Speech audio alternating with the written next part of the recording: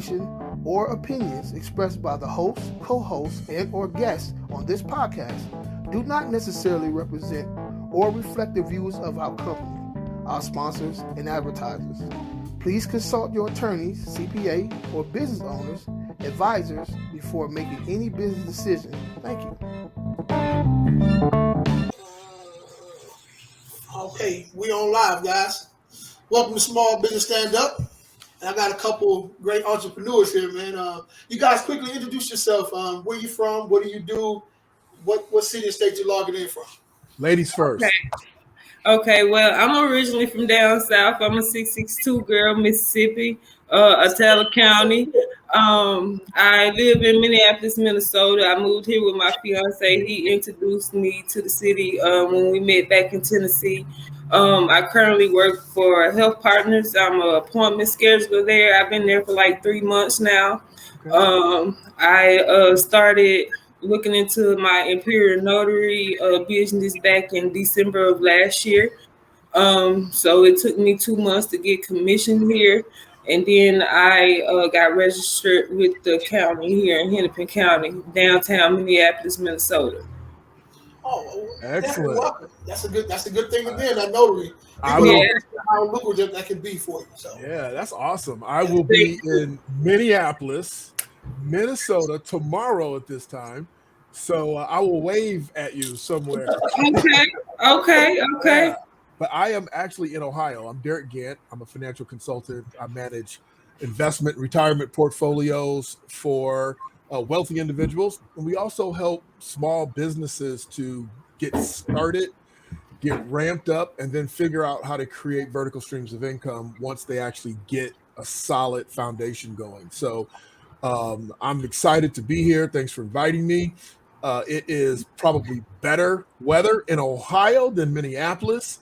Yes, but I used to live in Ohio, so I was out there in Dayton. And then in the September come, it get cold real fast. Oh yeah, it's still cold. About the same, but Minneapolis it's cold. You see, I got on long sleeves. Yeah, it's colder longer in Minneapolis. So yes, 8 but months. Yeah, so we help people, and I've written a book called 24K Life Code.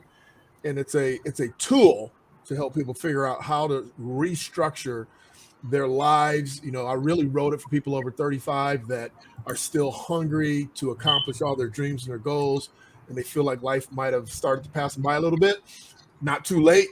Here's some tools and some things that you can do to get ramped up, re-engage, and set your house on fire. For sure. When you post that on the Facebook group, your energy hit me in the face, bro. I was like, okay, so I looked at my dude, I had to take mine down, man. I got to back the energy, bro. Yeah, you're the leader, man. You're the leader. Yeah, because I see you had shared it, and then I was like, oh, he shared it, but it ain't there no more, so I'm gonna have to go find it off of his page. So I was like, okay. I gotta be better. I was just kind of playing with. I was just talking a little bit, but I was trying to learn this software is what I was actually doing. Okay. You know what I'm saying? I was like, I'm just leave it up there. You know what I'm saying? But I'm like, okay, I got to come on with it. So, I like when a person pushes me. You know what I'm saying? I don't have an ego. I'm not emotional. Look, man, listen. If you see something I need to do better, tell me. Bring it on. Yeah, that's right. Tell me. I don't get offended easy. Now, you are from Ohio. Ohio, Northwest Ohio. I'm from Michigan. Okay. What parts of Michigan? I'm from Saginaw, Michigan. Oh, yeah, Saginaw. I'm familiar with Saginaw. Yeah. Okay, so, excellent. So we up here. I've never been to Michigan. I've been to Dayton, though. I lived there for like 6 months. I'd never do it again. I was in Dayton, Ohio. I'll never go back. Never go back. You think Ohio's bad? Don't go to Michigan. It's rough. Yeah. Now, are you in Michigan now, Jay, or are you? I'm in Dallas. You're in Texas now. I'll be in Texas the 4th of July to visit my sister. Oh, okay, what part? She's in Grand Prairie, which is right around Dallas. It's a suburb. Yeah, it's not too far. It's not too far. Yeah, we go. Me and Jason's one of my partners. We're gonna start doing some happy hours and different things. So it's we really put it together. I saw a happy hour. I was just jealous I couldn't make it. I think it was in Houston. I saw a happy hour somewhere. I'm like, I can't make that. Yeah, we got a lot going on, so you guys will start seeing the rollout. Like right now, we're doing free Spanish speaking classes.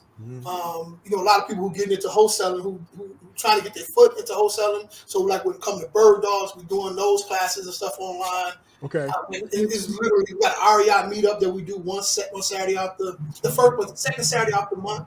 We just talked about real estate, man, how to get into the business with no money out of pocket, stuff like that. Okay. It's like a long list of stuff that we actually doing right now. Excellent. I'm happy about it. So, and I'm trying to grow this page, whatever. You know what I'm saying? So, yeah. So I had to join the Spanish class because I was like, my husband, he was like, you'll never try to learn, and I know it, and you be asking me what I be saying, and I was like, okay, I need to be fluent in it because he know more than I do, and I work with different cultures of people every day. Like I work with Spanish people, I work with Somalians, I work with Indians, I work with Mexicans. I'm like, I work with the whole culture platform every day at work. Different people call me. One way I had started learning is because when I'm at work most days, I have to learn through the interpreter when they're talking for us to the patient. So I have accumulated some of the information through doing that. I'm like, okay, I got to learn it. And then I was like, okay, he's offering it.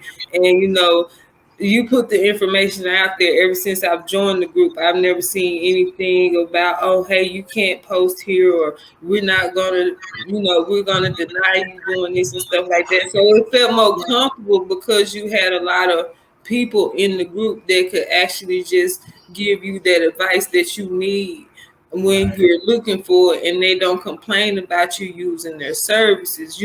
I understand that people expect you to pay, which I have no problem with that because I am a sister of color and I will want to support my small Black businesses as I always do. I live in Minneapolis, but I shop with a lot of people from back home. I buy a lot of my clothes from back home. I don't shop up here in Minneapolis. I shop back home most times. See, that's the only way we're gonna prosper, man. We got to make sure that we are working with each other. And doing different things, man. Like last week, I don't know if you guys got a chance to look at the show last week. We was talking a little bit about how quickly our money go out of the community. It was literally like 6 hours or something. Oh, it's hours. It's hours. Yeah, it's like 6 hours compared to other people where it's 30 days and stuff like that. So we got to make sure that we're spending with each other, man. So that's important. So yeah, any way I can do support. I mean, it takes nothing to repost something. Like it's a second to repost it. I got no issue with that. I'll be posting all day long. So. Yeah, I do too. I mean, I feel like that's a good way for you to network and get your information out, because if you don't do it, who else going to do it for you? You got to, even though you got your everyday life going on, if this is something that you really want, no matter who desires it for you, as long as you desire it enough for yourself, that's all that counts. And see, here's the great thing about the group as well. You have people who've been in business for years. And you have people who are in business too. Okay? So and I love that. I love that like that, man. You know what I'm saying? Because sometimes we get in a position to where we're rattling off different words that jumps over people's head, right? And I don't want to do that. You know what I'm saying? I want to try to keep it as simplistic as possible so everybody who's listening can grab something out of it. Absolutely. You know correct. So tell me a little bit about you, Derrick, man. I know you from Ohio. Yeah, we have a few companies. Our primary company is our investment company. It's called Gant Investment Advisors. We manage portfolios mostly for retired people. And about 7 years ago, I started another business called Smart Money Management, and it was specifically for people who didn't have a lot of money, who was trying to accumulate some money, get out of debt, fix their credit, just get their money game right. And so inside of Smart Money, what we do is we offer a library. We have a whole library of courses on credit, getting your money right, getting rid of debt. So we have debt elimination courses. So we have this whole program to help people to get right side on their money game. And then we have we have a fitness studio called The Studio. It's a spinning studio. So if you want to learn how to ride the spin bike, do some group exercise, Obviously, that particular business is isolated geographically to our area here in Northwest Ohio, but it's an amazing business. It's great. I'm an instructor. I'm 55, but I still teach to try to keep the blood flowing and keep everything vital and moving, keep the energy levels up.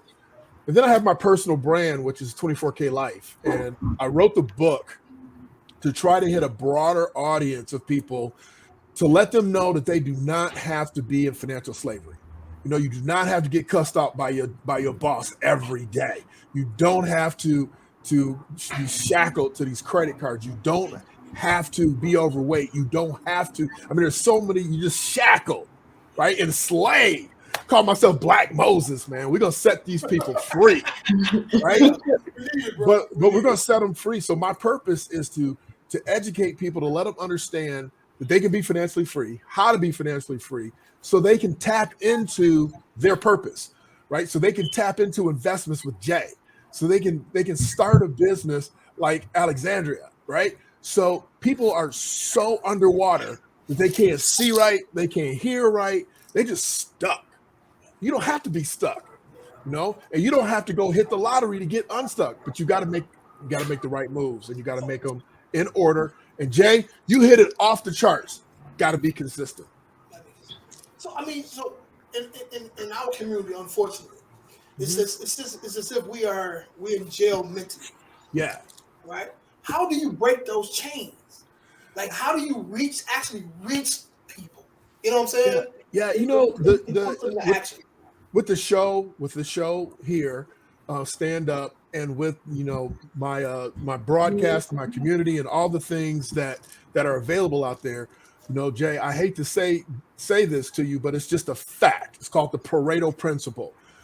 We as in us three and all the other members of the cast that are looking to help people elevate, you're only going to get 20%. So 100% of the people that say, I'm in, Jay, I'm in Alexandria, I'm in. All the people that call and say, I need to get some stuff notarized, only 20% are going to actually show up. And of the 20% that show up, only 20% are going to do the work necessary to elevate. So when you say, what do? Yeah, we're playing catch up. We spend our money on material things because we're still playing catch up. Like we haven't got to enjoy the spoils of life. So we're trying to enjoy it, And so what we don't understand is that the freedom and the joy of life is being free. Yeah. Not having to go to work because you have enough passive income. You don't have to. But to a person who's been locked up all their life. Yeah. To help them understand the concept of being actually free. Yeah. Wow. That's like telling a person who's been blind what color looks like. Yeah. It's almost impossible. I ain't saying it can't be done. Right. It's almost impossible. Yeah.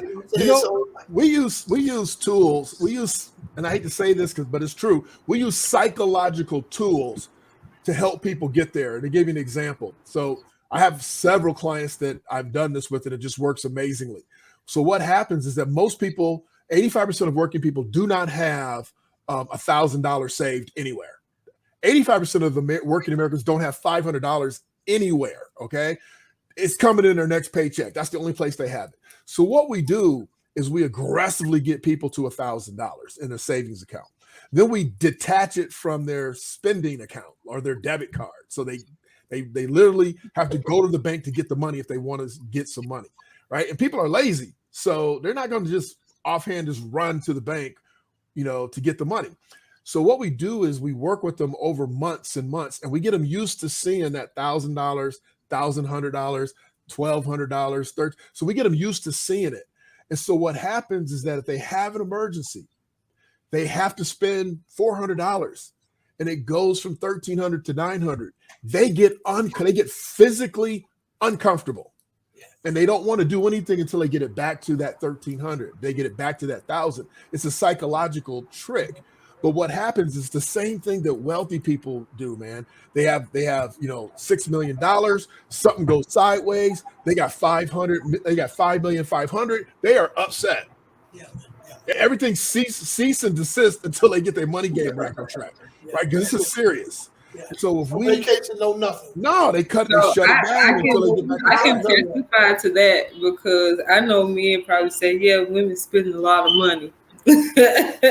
But it did take my husband to help me realize that you have to save your money in order for you to build off of it later in the future to have what you want to have too, as well. Because if you're constantly spending it on a daily basis and you're not seeing your money, you're gonna always be broke. Always be broke. You're gonna always be broke. So I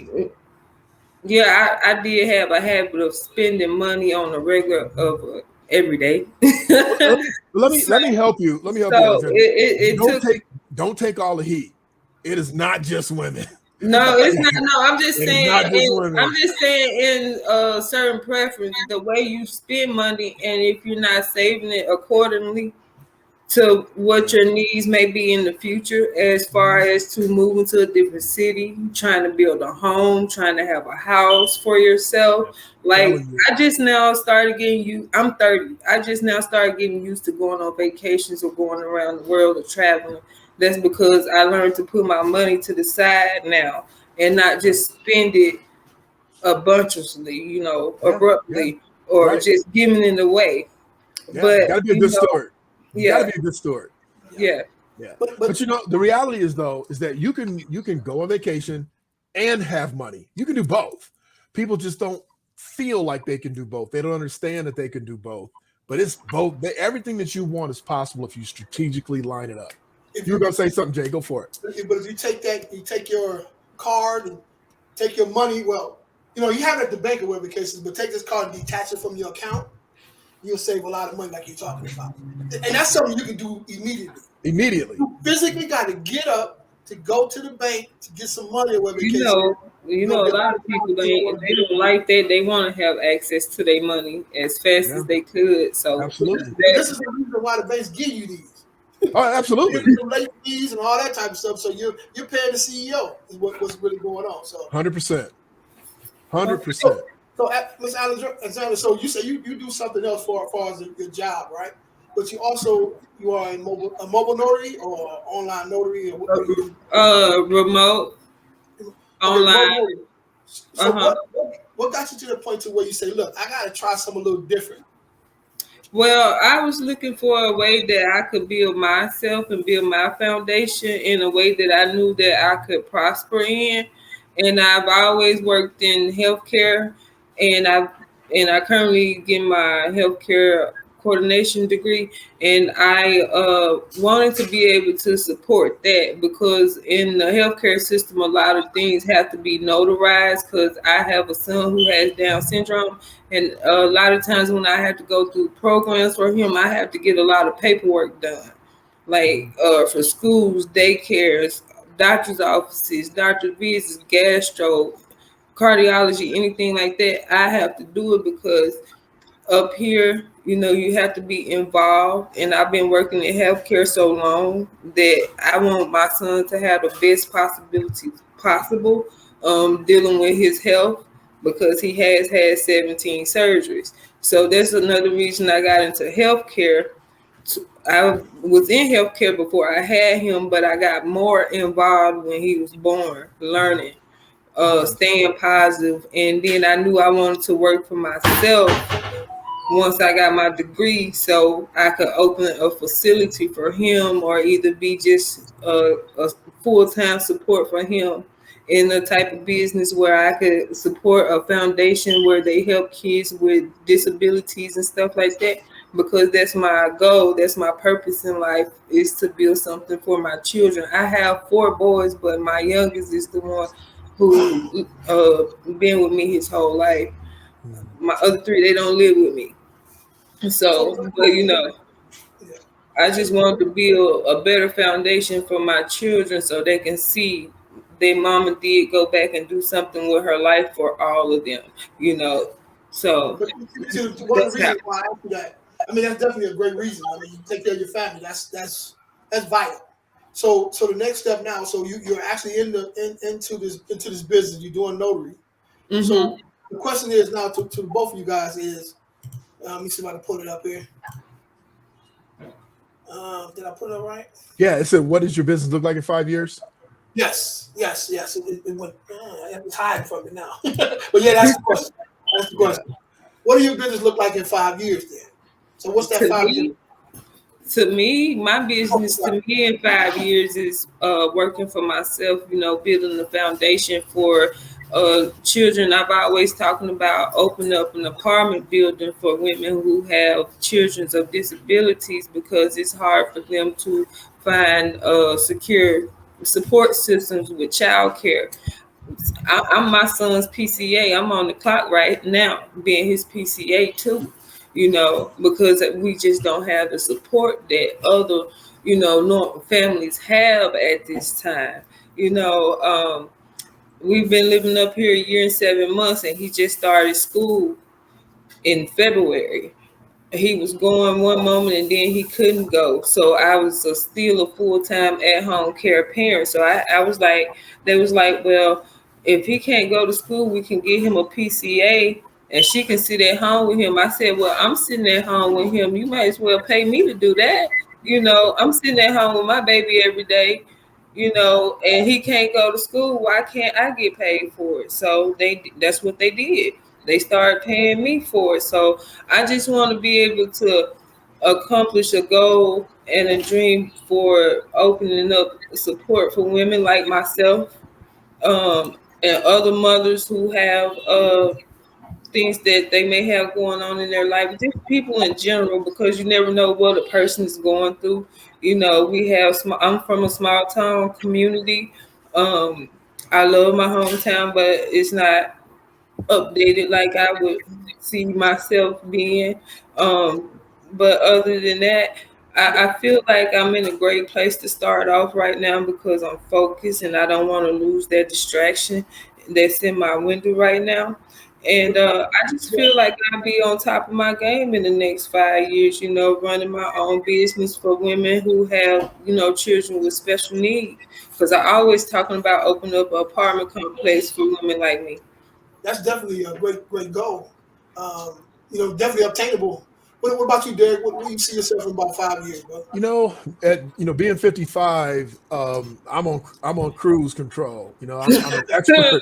I'm an expert in my field. I've been doing money management. I've never done anything else. I didn't switch majors halfway through. So all I know is money and helping people. So, our goal is we have about 20,000 people across all of our social platforms. So our 5-year goal is to have a minimum of those 20,000 people on a private platform, and hopefully grow that to over a 6-figure content creation, content community of people that are all striving to be financially free, that are elevating, and they're living their golden life. So in 5 years, we want to be servicing, we really like to touch 1 million people a year, and have that show in terms of the community that we're able to touch on a regular basis. Man, that's huge. Definitely a great goal. Hey, what's up, Sheila? Hey, how you doing, Jay? I'm doing great. Sorry for pushing this back like this. Oh, it's okay. It's okay. So the question's on you. We'll see your business in like 5 years. Well, in 5 years, I think we'll be more focused on the nonprofit end of our business, really reaching out to the institutions that service our population. So to like the DHSs, to community mental health, to hospitals and doctors, to really start discussing the need for people in health and human services to, get the emotional intelligence training they need, the coaching that they need, and the consulting that they need. And so we have a 5-year goal to raise 1.2 million over the next 3 years, and to be able to provide them with the emotional intelligence training that they need. So I really definitely look to being more focused on the nonprofit end of the business in the next 5 years. Yeah. Well, one thing about it, man, in business, you definitely have to be a visionary, right? So I always say you got to have one eye on the present and one eye on the future. If you can see the goal, now you can start planning on how to get to this goal. You know what I'm saying? So, and the great thing about like what Derrick does, that's kind of what they do. Yeah. Right. So when I ask you that question, you're like, I'm already ready to roll, bro. Yeah, no. Hey, we have a course. We have a full-blown course on goal setting, and then we have another course on implementing that goal. Take the law of action. Can't just sit around and with the goal. We got to take some action. So you're 100% right. We also want to be in public policy too. So I've been working with our state reps, really reaching out to them to try to get some, really on a policy level. How do we get some laws in place? I tried to put a course out for therapists to get emotional intelligence training, and it was rejected, and it said it had to be client centered. And so I'm like, okay, we need to get some legislation in place to really look after the healthcare workers, the therapists, the people who are really getting re-traumatized by the experiences that they're having. And so working with our state representatives to really try to. And your name is Sheila? Yes. Hi, Miss Sheila. I'm Alixandra. What is your business, if you don't mind me asking? I had seen you on the live. I see you on all of them. So I just wanted to at least grab your name and your website and connect with you, because I did see that you work in healthcare too, and that's very interesting to me. That is one of my passions in life. Both of my grandmothers, they were nurses. That's where I got healthcare from. So that came from their legacy. They're gone on, but that came from them. So I would love to connect with you. Although I live in Minneapolis, I would still love to connect with you on some of those things. Oh, absolutely. So my handle is I Am Shaping Solutions. That's on all platforms, so you can always message me there. My company name is Shaping Solutions. So the for-profit is Shaping Solutions. The nonprofit is Shaping Solutions Leadership Training Development Institute. And okay, where you located? Saginaw, Michigan. Okay, yeah, for right. Sure. I got my 100 miles north of Detroit. Yeah. Okay, I have a cousin who's a professor out there at Michigan State. Okay. Yeah. That's yes, about ma'am. an hour away from us. Yeah. Oh, okay. I will be connecting with you all, Mr. J. I do have to go, and I apologize. I thank you for allowing me to join. And Mr. Derrick and Miss Sheila, it was so nice to meet you all, and I'm glad to have been a part of it. Okay, it's good to meet you as well, and appreciate you coming on. All right, I will be joining again. Okay. Thank you. You have a good one now. All right. All right, bye. Okay. Yeah, but I was just saying, like, we want to really start working with in public policy. So that's one of my businesses, Access Business Solution Center. That is a clinic created for entrepreneur and self-employment success. So we work with a lot of entrepreneurs and intrapreneurs, so contract workers, right? So people who, as a therapist, I just got a 1099. A lot of nurses get a 1099. So how do we manage, being these entrepreneurs in this structure where we still have to pay our own taxes, we still need to know how to write stuff off, and then just the coaching and consulting, healing ourselves before we go back and re-traumatize ourselves with the stories that we have to hear about these individuals and the pain that they go through. A lot of people become healthcare providers because of the environment they come from, right? So they've either been mismanaged, saw somebody mismanaged, traumatized in some type of way, but they don't go through the right healing before they jump back in. And so it's something called transference and countertransference. So they end up experiencing countertransference where, oh, you remind me of this person. And if you don't really know how to deal with that, you can definitely be affected. I think in the healthcare field, burnout rates is like 5 years. Wow. That's a tough place. Yeah. That's a tough place to deal with that. You like you say, you got your own trauma going on, to go deal with somebody else's. Yes. Ooh, that's tough. So, well, I'm glad you're on that side, fighting the good fights. Somebody got to look out for the people who are looking out for the people. Absolutely. All right. So the question is, why is it wrong to compare yourself to other business owners? Why is that wrong, man? I know, like I said, we're dealing with a lot of people who are new to this, to business, right? There's a lot of people who are just getting into business. So why is it wrong to compare yourself to other people? I'm happy to take it first if you want me to. Okay.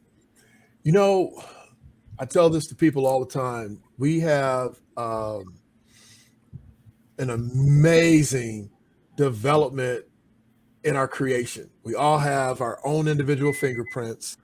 We all have our own individual eyes. It's so individualized that Apple let you put your mask on and still allows you to open your telephone with this much of your face. Mm-hmm. Even wearing sunglasses, it'll still recognize it's just you. So we are so incredibly unique that to compare yourself to anyone is doing you a disservice, is doing them a disservice. You can't compare. You cannot compare your life experiences, your life exposures. As Sheila has said, I don't know if it's Dr. Sheila, forgive me. As Sheila has said, we all have different traumatic experiences. I had an experience as a kid that I have to watch today, feeling isolated because somebody left me at school for almost till it was dark outside and they forgot about me. So, it messes with your self-worth, right? Maybe I'm not worthy of being picked up or remembered. And so we are all so incredibly unique. For instance, when I wrote my book, I didn't write it for people to say, oh, this is how Derrick was able to do what he did, buy the big house and I'll do all the stuff he does. I didn't write it for that. I wrote it so people can say, here's how you set a goal. Here's how you set your goal so you can get your dream house. Here's how you can get your dream job. Here's how you can get your dream body, how you can have a better relationship, how you can have a closer, situation with God. It's a tool guide because telling people how I did it is meaningless. If they try to do what I did, they didn't have the same mom, they didn't have to go to the same schools, they didn't have the same prioritization, so they didn't have the same resources. So you are beating your head against the wall if you try to take your talents and your gift that God put in you before your mom and daddy thought about you, before they ever hooked up. He put everything we need inside of us, and it's unique. I don't know how else to explain it. I mean, trying to get somebody to understand that level of uniqueness that each one of us hold, like you said, that's so unique in us, that it's in your DNA. You go somewhere, they gonna know you was there, in your fingerprint, in your iris, right? Like, to get somebody to really think about themselves in such an integral way, in such a unique way, I think is intimidating, right? Like, it's like, oh, wait, so the journey of life is to figure myself, who is this person, who is this individual, right? And so I always talk about the journey of the apple seed with this one. So one, when we plant a seed, it's already programmed to do what it's going to do, right? So when you plant that seed, what is the first program that comes out of that? It's going to do roots. Then it's going to grow into this trunk, right? And then something humbles this trunk and branches come out, right? And then something humbles that branching process and a whole different chemistry happens. We get leaves, right? And then something changes in that already programmed seed for this flower to bloom. And once this flower blooms, then you get the apple, right? Now, first thing, the seed doesn't look like the apple it bears, right? So, the fruit that it bears. So an apple seed don't look like the apple tree or the apple. And the apple is the last thing that blossoms, right? So along this journey, if you don't really understand that you are an individual planted in a different season at a different time, you can get mixed up with a person, one that's on branches and you on a trunk, or you trying to root yourself and they bearing a few already, right? It's just so many lessons that come out the journey of an apple seed. And I ask people, what comes first, nature or nurture? Nature comes first. So let's look to nature in its uniqueness. No snowflake is alike. No blade of grass is alike. No piece of sand is alike. So we are all unique and divine in our own right. And if we look at the journey that it takes for each seed to produce, there's different, give ourselves permission to be different, to show up differently sometimes, to even transform into a whole different process. I mean, you got a trunk that transformed into a leaf. That ain't even the same substance. You know what I mean? And so sometimes we got to give ourselves permission to humble our old self and be something different and create this new thing and give it opportunity to look different than what you planted it to be.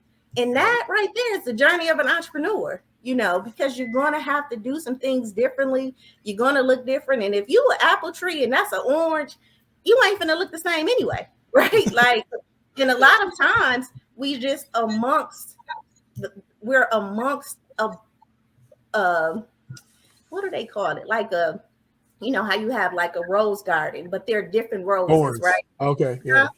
Yeah. So we're in this process of being in this different space. So you may be the only red rose amongst yellow roses, right? You may be the only I don't know, just different thing amongst these other things, but you're there organically.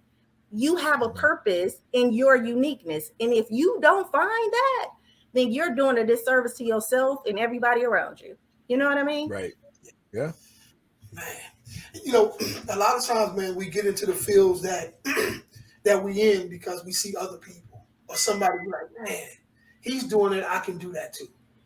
But like you said, you don't really take in consideration what he went through, his upbringing. You know what I'm saying? So, I mean, there's room for everybody, but yours may be a little bit different. You can take what he's doing, but add to it a little bit to put your flavor on that bad boy, and look, you got a whole nother creation. Mm-hmm. Absolutely. You know, you could have a million realtors, right? You and your partner are both realtors, but one specializes in one specific type of client, somebody specializes in a different type of client or a different type of property. So there's no reason. We live in an abundant, prosperous, you know, time. And unless you go in thinking that it's limited resources, you have to just tap into your own greatness and keep pushing hard. Yeah. And that's the other thing about that journey of the apple seed. When that apple blossoms, right, it will always blossom.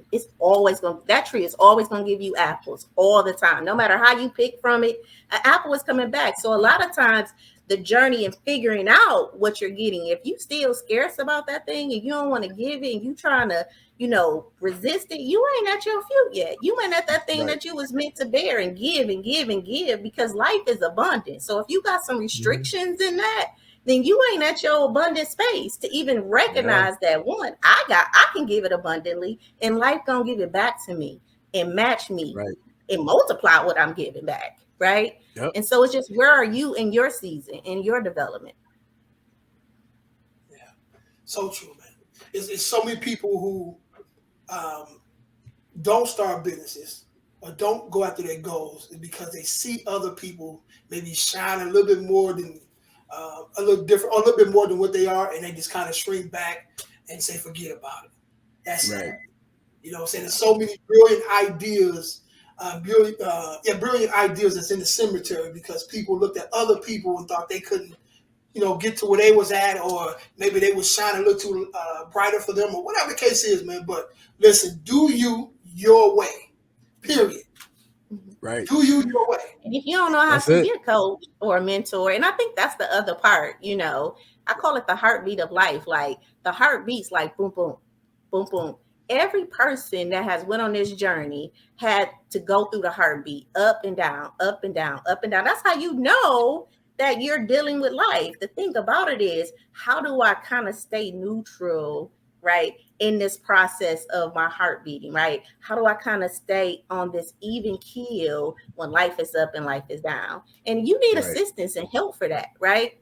So you need a coach, you need a therapist, you need a mentor to come in and see from a perspective that you can't see all the time. And I think one thing culturally is that we need to admit that we need a lot more help, you know, with ourselves, right? And these 750 billion cells that's operating all the time, we need help in how to use these cells to work for our highest best good.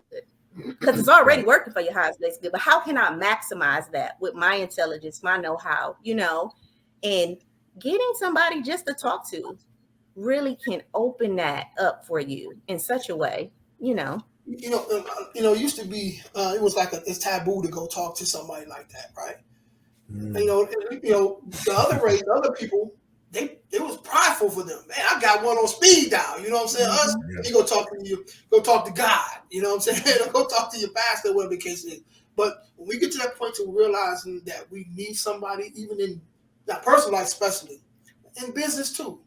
You know what I'm saying? Absolutely. Like, hire somebody who's big, who's done it, so that way you can cut down your learning curve. They can show you a different side of that ball, man. You know what I'm saying? It's very important to do that, and you can get a lot further in a shorter period of time by doing that. And that actually answers to some degree the question that one of your members asked, which was, they asked, how can I get my business up and working? I have a name, and the answer to that question is, obviously you need to go find someone that has done what you're doing, not your next door neighbor. They're not going to help you because of competition, but find somebody, a business coach, find there's the Chamber of Commerce. There's so many places that are looking to help small startups. We have courses on starting your business on our platform.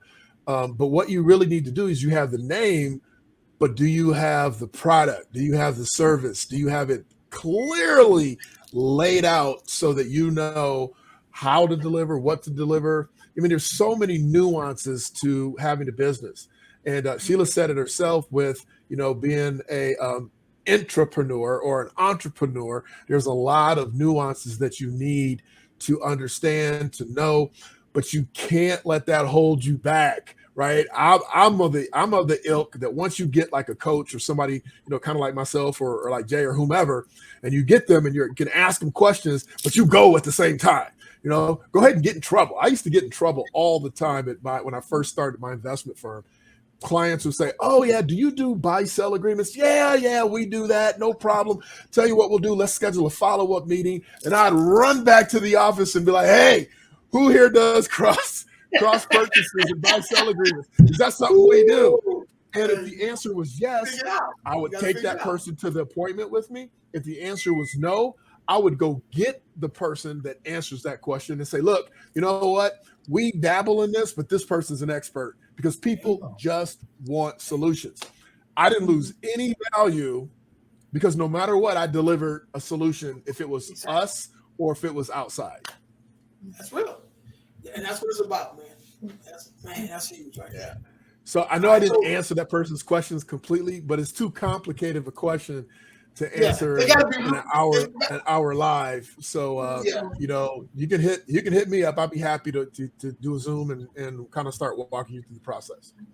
I'm gonna agree with you in that, and I'm gonna go back to the verse that says, write the vision, make it plain. And I think that when we start businesses, we don't really have the vision, or haven't really thought about the vision in a very granular way. Remember, life is a million little pieces, right? A million little things that come together.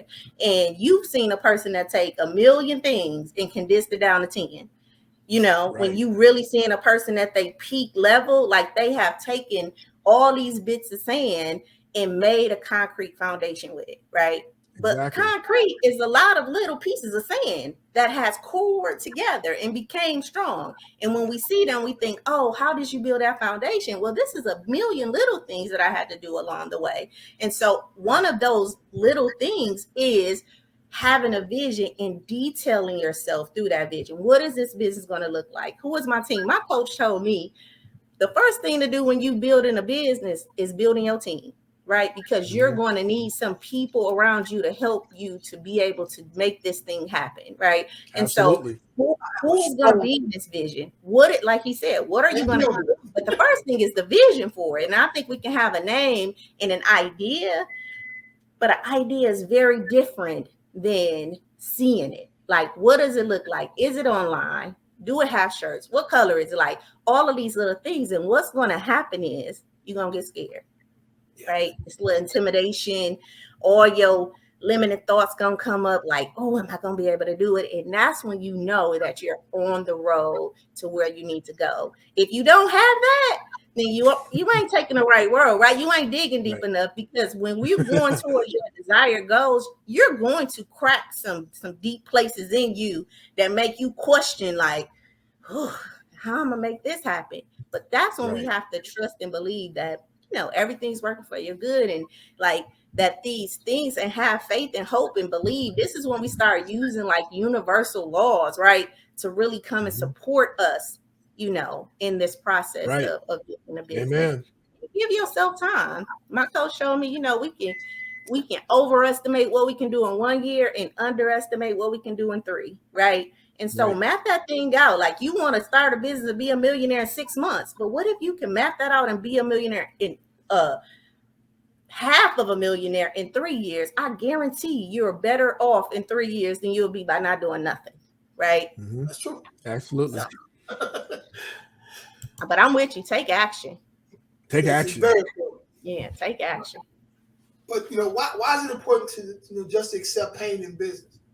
I mean, if you're looking to be an entrepreneur, you have a business, if you think it's going to be smooth sailing, I'm sadly mistaken. There's going to be peaks and valleys, bro. You're going to get your head bust. You know what I'm saying? Yes, you There's are. Going to be a lot going on with it. So why is it important to expect it, guys? So I'll start off with this one. I just think that pain is a part of the process, but it's not the pain, it's how you perceive that pain, right? It's how we look at that pain. We're willing to go through pain when we go to the gym, right? And work out. Then the next day I know I'm sore because I've worked some muscles that I haven't worked before. So this pain makes me feel good. In some way, we have to switch our minds to think about that in business. Like, this pain is working for you, not the current beliefs that you have. And a lot of our pain is around judgment of either other people, right? Like not supporting us or not having the help, or, you know, not doing this and not doing that. But it's like, no, this is not it. This is a growth spurt for you, right? I have 3 boys and they went through a growth spurt when they were 16, between 14 and 16, and their legs just hurt, right? Like, we had to buy braces for them. We had to put things up, but it was a part of their growth and development. And so when we start seeing pain as a part of life and not reject it, like, oh, something is happening bad, then I think we can open and accept it more. And it doesn't last as much. But what we resist persists, right? And so when we resist this pain, then you're going to keep experiencing it. But when we embrace, oh, this is just another part of life, this is showing me that I'm growing, and we really change our dialogue around it, I think we'll be able to embrace it as a part of the experience and look for the growth, the muscle, the mental, you know, gratitude and fortitude that comes with experiencing it. Yeah. You know, I think that I completely agree. I think our pain is usually self-induced, and it revolves around the concept that we didn't get what we want or what we expected in the frame that we expected it. And so, you know, personally, I had at a late stage, I've already told you I'm over 50. And it's been the last 3 years that I've literally said to myself, this is just part of the journey. That person is being mean. They are playing their part for me to grow. Yes. Right? That turn down is part of the plan for me to grow. And so people are playing their parts. And when you run into Karens, you know, you got to look at her and go, yep, it's just a test. It's a test for me, right? Because there's a reason why you ran into Karen. So, you know, part of it is the flow of life. It's the flow of entrepreneurship. It's the flow of every aspect of what we do. And I can't think of a better example than what was provided already. When you work out, you know you're going to be, if you worked out right, you're going to be sore as the dickens 2 days later, right? You're going to be sore the next day, but the next day, you're going to be really sore. And so now you know you've done something, and you know you got to go back in the gym, and you know you have to go back to doing the things that you want to do. And one of my biggest things that I could share to people, if they could figure it out for themselves, because me saying it's not going to help them accept it, but discipline is freedom. And when you start learning that discipline, so Jay said, I did it today, even though I changed the time, because I did it just because I need to be consistent, because it's the consistency that delivers the results of growth. Well, that consistency is discipline, and the results are going to be growth, but you got to go through the discipline to get to the growth. And when you get to the growth, you can do so much more. Mm-hmm. There's so many more thousands of people that you can affect. There's so many more people that are going to know that you do real estate and that you do healing care, and that more people are going to come to you and want your advice and want your insights and want you to speak on a stage. But it's the discipline. We pay athletes. Think about this. We pay athletes. LeBron James, we pay him to go see the greatness of his discipline. Right. Because it took a lot of shots to hit that ball the way he hits it. Steph Curry took a lot of shots to be able to hit that shot whenever he wants. When nobody wasn't But they don't see the Mamba mentality when Kobe went to the gym after he lost the championship. He went back to the high school gym because it was the only place open that would let him come in as long as he could practice. After the championship, I'm not going to play no ball. I'm going to go get a beer. I'm going to go soak my misery. I'm going to go cry. No. So anyway, got to get to work. Yeah, and call it all. I mean, it's the duality of life, right? And you'll hear me say this over and over again. The reason we have light right now is because of a negative and a positive charge, right? Like we're on this positive, but it is the negative charge that makes the situation whole, right? Like life is not one-sided like that, right? And so when we seek out just one side of the coin, like you missing so much of what the whole experience of life is, and then how you can really enjoy and grow from that, right? And it's the duality of life. It's the yin and the yang. It's a little bit of light and darkness, and it's a little bit of darkness and light. And that's just what it is. I like it. That's perfectly stated. It was a wise woman. Yeah, absolutely. It's an old song, no pain, no gain, man. Mm-hmm. Yep. You know, anything worth having is worth going through a little pain to get it. Right? Very true. Actually, in my mind, in my situation, it would have been more painful for me not to try to get in business and remain at the job that I was at than me to get in the business and fail a few times, or even have that possibility of being successful down the line. Mm-hmm. So which one you want to do? Either you endure, or you don't even try it, right? Yeah. So exactly. And this is, business is a gladiator sport. Mm-hmm. It's not for the faint of heart, man. You're going to go through some different things. You're going to be in some situations. You got to learn your craft. You know what I'm saying? If you're going to sell roses, you need to know about roses. Mm-hmm. You know what I'm saying? Whatever you're going to do. A couple of times. But it'll come up in my spirit, because I know, come up in my spirit. And you said this about you got traumatized when you was younger by living at home. But just think about, I have boys. I grew up around 3 brothers, so I got a lot of whoopings for stuff I didn't do. Right? My brothers just all the team time. Whoopings. You got a team right? Whoopings. Just like, why did you do that? And my grandfather was the type, like, he gonna line us all up. I don't care who did it. Everybody get the right one. Right? Don't get the right one. But just think about, they went out and did what they wanted to do, hoping that nobody would find out and hoping that they wouldn't get this whooping, right? But when they did what they wanted to do, they tended to get in trouble for it, right? They tended to get whooped for it. And they was trying to avoid and try to continue to figure out, like, how do I do what I want to do without getting in trouble, right? And I think that mindset from a young child has grew up in us. And so when we grow up as adults, we take that same mentality. If you look at relationships, most people like, I don't want to argue. But how you going to have a loving relationship if we can't talk about conflict, right? It's like we're trying to avoid this pain that we experienced by doing what we wanted to do when we were younger, right? And getting whooping or getting on punishment or some type of thing happened to you by enjoying the thing that you wanted to do. My brothers jumped on my grandfather's cars, and I tell you, they got so much trouble, but they enjoyed the time when they were jumping on the cars, right? But so when we become adults, it's like, I just want to do what I want to do, and I don't want any pain, right? I just want to do this thing, and I don't want to associate it to arguments or conflict or anything. And it's kind of like a skewed thing. Like, no, that is not how life works, right? We got to reprogram that. Yes, you might have got in trouble before because you knew you weren't supposed to do something. So now you're trying to avoid pain. But in life, we have to retrain ourselves to think about pain differently. This is just the process of life. And I think that's the mental struggle that we go through because we're really trying to avoid it. Right? Because we didn't want it when we were little. And now as an adult, we don't want it now. Right? Like, I don't want to get in trouble for this. And we see pain as some form of trouble. I did something wrong. Somebody did something to me. Right? And we really have to start changing the narrative around pain. Yeah, great point. Yep. All right. What's up, Jason? Hey, what's up, man? Not much, brother. Right on time, bro. Say, brother. Late than never, huh? Yeah, me too. Yes. Why is it important to develop a winning mindset in life and business?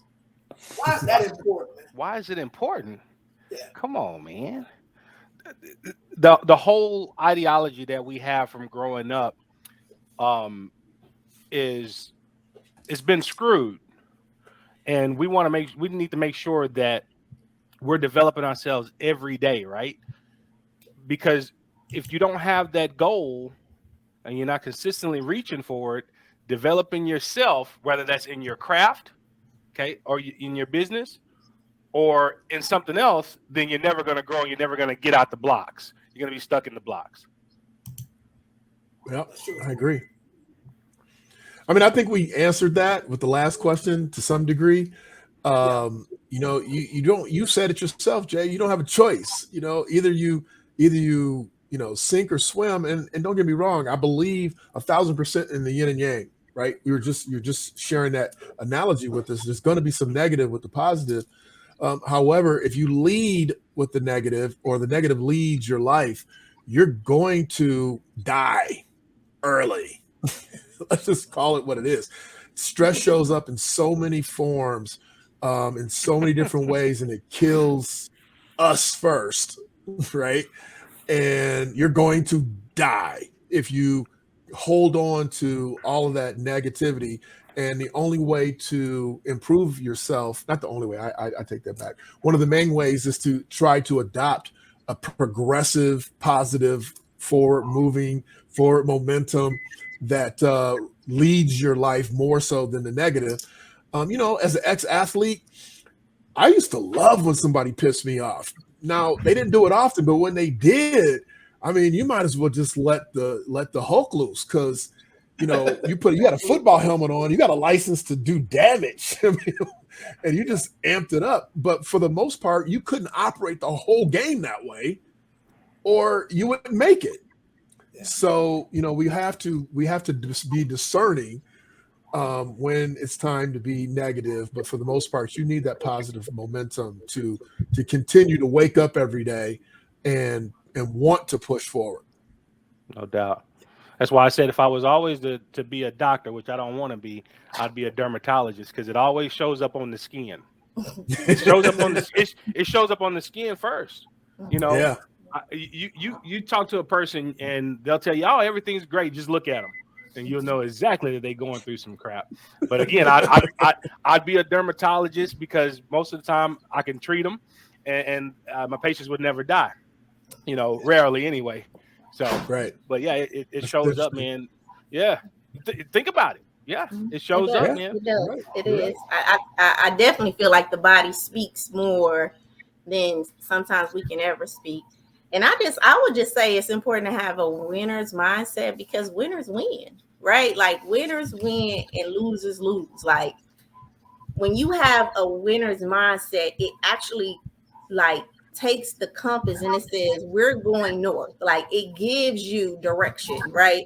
So even when, like you talked about Kobe earlier, like even if he lost a game or won a game, it didn't matter because he was a winner. So he was going to continue to do the thing that was going to keep him winning. And it just changes the trajectory of your experience, right? So if I happen to lose this client, because I have a winner's mindset, I live and I learn, right? So it's like I'm learning from this situation of what I can do better, right? how can I go back to the drawing board? What could I have done differently? That's a winner's mindset, because you're looking for the opportunity in the obstacle that was put before you. If you don't have that in life, like, you really looking for a reason to stop. And winners don't stop. Winners keep going. You know what I mean? See, we know that Kobe was an outlier, right? It was in it. So is that something you have to cultivate, or are you born with that? With his mindset. Like, I was talking to my kids one day, my wife one day, I'm like, listen, I'm old now, right? I'm out of shape to old now. I'll probably get beat down, right? But I'm gonna be on the ground still talking trash. Cause you ain't beat me mentally, right? I'm still talking trash, bro. You like it like if a person beats you up and then tell you stop talking and you stop talking, he beats you twice. You know what I'm saying? I'm gonna still talk trash. I just have that mindset, man. You know what I'm saying? So I just have to put that out there, bro. So I don't give up, man. That's not in my DNA. I do think that Kobe's an outlier, right? Like, and I do think we use these outliers, but I do feel like there's people with that grit in their everyday life that's not on Kobe's level to talk about. Just think about how many hours you stayed up until you realized your sleep was good for you, right? To get the job done, right? To really maximize. Like, you was outdoing people at one point. Like, your friends out doing something and you reading a book on real estate, right? Like, that's like, and you just sold a house, or, you know, you just probably had these things happen, but you still went back to the grinding board. I think he went back to the grinding board to do what you needed to do to make that next sale, right? That last sale just wasn't going to stop you. And so I think that, Kobe is an outlier, but the mechanism that he used, I think we can see in our everyday life, like all the time. Yeah. Just think about Kobe was, you know, there's definitely outliers, right? And we talked about the top 20% and the 20% of the 20%, you know, but what we really have to be aware of is that while they're outliers and while, you know, everybody technically can't win, you know, think about the people, going back to the people that she was talking about, you know, that were just mediocre. And then they had some tragedy. The kid got killed and they started a group, or they started a political action committee. But think about something, you know, that tragic happened to some people, and they just go bananas. So I think it's in us, once we tap into whatever our specific greatness is, that we can be great like that, like the outliers, but most of us can't tap in. I mean, or don't tap in. And well, they don't want to. I think they want to talk about it. I don't think they want to do it. Yeah, they don't want to. But the one thing that you said that sticks out is that as adults, we see that in children all the time, every day, all day. But when we get to a certain age, something happens. But then when we get to be an adult, we don't start learning or doing that until we've gone through trauma. That's how we learn. Yep. That's how we learn. I agree. We learn through trauma, and I don't think we've digested that so that we can actually accept trauma and use it. Mm-hmm. We try to avoid the trauma instead of accepting it and then using it to our ability. Kids, they don't care. Right? They speak their mind. They jump off and climb on top of refrigerators. They do everything without fear, don't they? Right? They do. But then somewhere along the line, it stops. I'm not going to get into that tonight, but somewhere there's that spot. There's that spot where it stops, and then we start creating all these other fears and things that happen until that tragedy or that trauma occurs. And now we go back to that childhood-like state, and that's when they get real with what they're going to do. Mm-hmm. Excellent. Is it complacency that stops them, Jason? I think that's a small portion of it. Mm-hmm. I think complacency is a small portion of it because we got really comfortable in the things that we already have, that we see, and that we want. But, you know, I was always told that, you know, we should never be comfortable or satisfied. Mm-hmm. Okay, because there's always more. We'll never reach our potential. No one on this earth will ever reach their potential, but we're supposed to keep striving to get to it. So, yeah, I do think that that's a small portion of it. The complacency mixed with a little bit of environment, because some of us are complacent because of the environment that we come from. Absolutely. So true. All right. So here's a good one here about. Let's see. Is it ever okay to have or to get term life insurance policy? Is it ever okay to get a term life insurance policy? Sure. Yeah, absolutely. Yeah. In what situation? Like, what is the situation that you guys can think of? You know, I think insurance is a necessary evil. You know, I know someone who's had insurance, let's talk about car insurance, since the day they learned how to drive, never been in an accident. And you have people like me who's been in 3 accidents, and you when you need it, it's there, but if you don't need it, it's not there. Term insurance is a gap filler. So Jay's going to be a multi-millionaire, and he is buying real estate, and he is increasing his debt in order to do it. It's called leverage. It's good debt, not bad debt. It's good debt, but it's still debt. And you want those properties paid for, you want your businesses paid for, but you don't have it yet. And so because you're on the pathway to accomplishing these goals, you use term insurance as a gap filler. It's the least expensive insurance you can get your hands on. You use it as a gap filler till you get to where you want to go.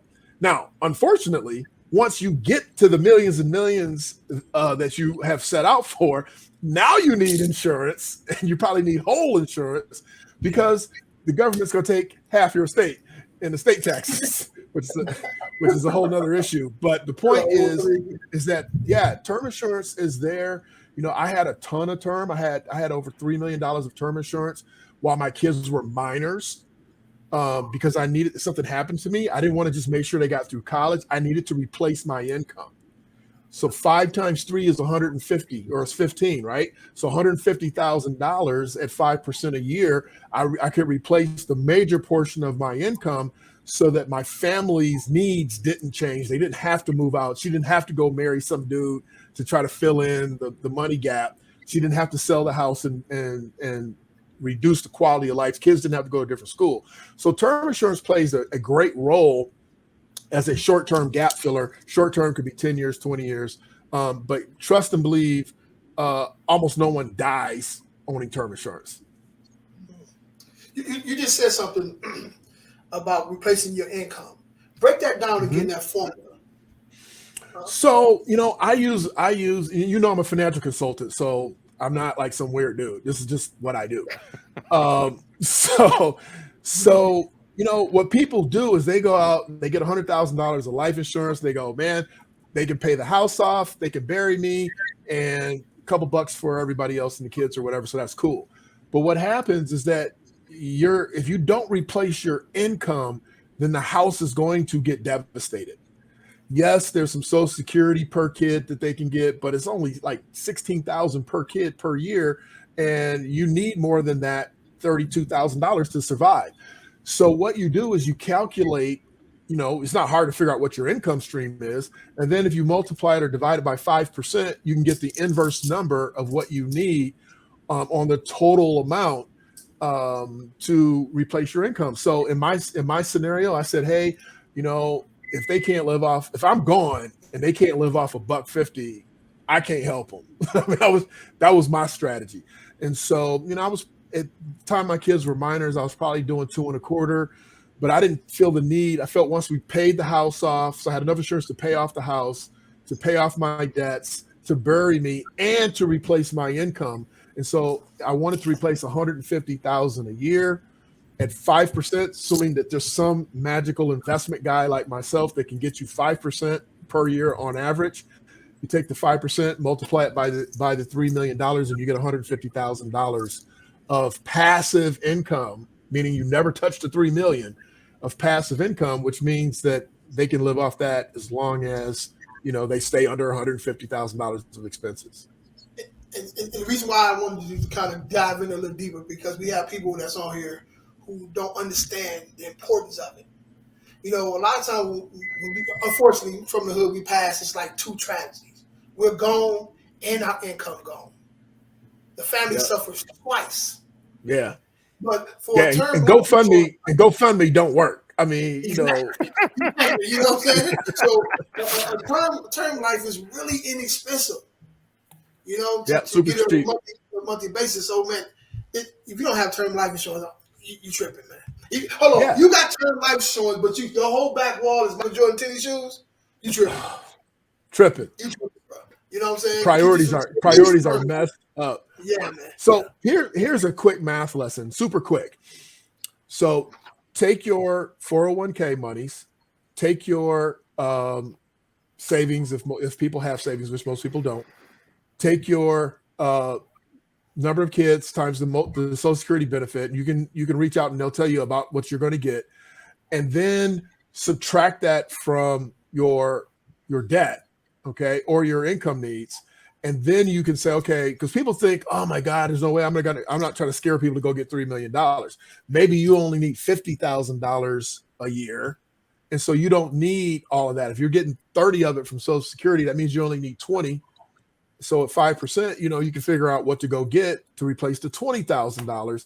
But it's so cheap, it's so inexpensive, and you're 100% right. If you're wearing shoes that cost $400, once a year, to look cute, and your family's destitute, I mean that's what we do. Let's just be honest. Our cars are more expensive than our houses, and so we need to flip the script. That formula, the thing that you just brought out, can you put that on the group Facebook group? Yeah, so I will. People can see exactly what you're saying. Put your number down in the whole nine. Can they come to you for that? Ooh, they can come to me to help them figure out the number. I am licensed to sell insurance. I haven't sold any insurance in probably 15 years. I do strictly money, but we can refer them to some people. Depends on where part of the country they're in. We have people in Georgia and all over that we can refer them to. I can tell them, I'm happy to coach them, tell them, what's a good deal, what's not a good deal, depending on their age and a whole bunch of other parameters. If they smoke, if they fly airplanes, all that kind of fun stuff. Happy to do it. Yes, I'll be happy to do that. People, you need to listen to what's going on here, man. You got to take care of your family. You got to take care of your family, especially if you're the only breadwinner in your household. You don't have insurance, man. You really putting your family in a situation to where it can spiral them down for probably generations. You know what I'm saying? Because you ain't taking care of your family. You're talking about spending $25-$40 a month for $300,000-$400,000 of insurance. It's not expensive. Not expensive at all. So I mean, I love this conversation because I have it a lot. So is this more of an emotional thing, you think, for people than it is actually activity? And I think that's the biggest thing. Like when you start talking about death and and things like that and preparing for death, right? It's like, yes, I know I should have this insurance, but just the reality of death, which we experience every day, just the way we frame it, I think it's just a deterrent. Then you start talking about health and all these other things that I know I ain't been taking care of myself. And, so if I have this insurance for 2 years before it even pay out, and like all of these little things that becomes, I think, an emotional thing that traps people from even taking the action that needs to be taken for the long-term, right, experience versus the short-term emotion. So can y'all speak to that part of it, like the emotions behind why are we emotionally stuck in a place where it's more familiar for us to buy a pair of Jordans, right, or whatever, than to look at our family in a way of success and not just surviving day by day? Yeah, question. But go ahead. Yeah, no, I mean, I have an answer and an outlook and a perspective. I personally don't think, don't get me wrong.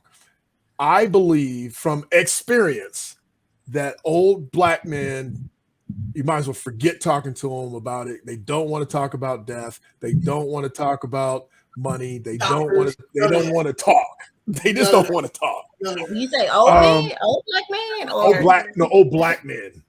Yeah, but I'm saying old black man or middle-aged black man. That's where they get stuck at, my man. They don't talk about it from a young because they're learning that from everybody else. But that's when they get angry about if you start talking about it. You know, when they get older. You know, people within our age group or my age group around 40 to 40. Now we don't want to talk about it because now it's morbid. We don't want to talk about leaving. Right. You know, we don't want to talk about leaving. So I think it's just one of the things we know it. I know it's inevitable, and I had to come to a realization with myself. It's inevitable. I'm going to leave here. I don't know. You know, I don't know. My wife bought me an hourglass, and I keep that hourglass and I look at it all the time. But the top part, I will cover it up because I don't know how much time is left in that hourglass up there. I can only focus on that middle part, that little grain that comes in the middle. That's the only thing I focus on right now. Right. What do we need to do? How do we need to plan it, and go from there? Let me. I didn't mean to interrupt you there. I was just saying, you said old black man. I'm just like, no. Do you think it's a black man problem or just a man problem? It's everybody's problem. I think it's a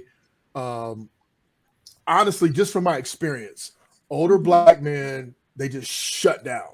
Now, younger black men don't want to talk about it either. But most of the time, I'm just going to tell you from my experience of dealing with hundreds and hundreds of people over the years, it's a money issue. Because if Jason had the money, he said, look, baby, just go buy whatever you want to buy on me. I don't need to know about it, but here's the money to go do it. People would buy insurance. But what happens, and the reason why I don't sell insurance, I told you I haven't sold in 15 years, is because, first of all, insurance is not purchased, it's sold. So nobody's running around going, hey, I need to get some insurance. Somebody says, hey, you need some insurance. You got young kids in the house. You got responsibilities. You got a wife. Somebody's selling it. That's the first thing. The second thing is that once the person who's selling it convinces the person to buy it and they buy it, when that family has a crisis, the first thing they let go is the insurance. We don't need that. I mean, we need it, but not more than this, and this. And so I say it's a money issue because if people, and I say people, I mean us, if we had the money, we would buy it. I just believe it. I mean, because when you have to sacrifice something else, now you got to talk about it. And nobody wants to talk about it because it's morbid. Right. And sometimes it's not morbid. Like if we're talking about, hey, I need $2 million because I am worth $6 million and I'm going to have to pay $2 million after my 2 exemptions, $1 million for the wife, $1 million for the husband, at least $4 million. I need $2 million because they're going to take $2 million. Nobody has a problem with that conversation because you're rich. The problem is when you don't have any money, nobody has any money, and you got to struggle to pay for it. They have it. Yeah. That's what Jay was saying. They got the shoes in the background. Yeah. They've got it. Here's what, because I'm a licensed insurance adjuster as well. You know, I'm not PNC or Series 6 or anything like that, but I've dealt with insurance and I do all lines. But here's the thing. It ain't tangible. It's an intangible item. Absolutely. That's why I can't touch it. I can't feel it. And, who cares when I'm gone? I'm not doing this for everybody else. Well, there we go, because that's why we're not cohesive in the household anyway, because we're not even thinking about them. We're only thinking about ourselves. We're being selfish.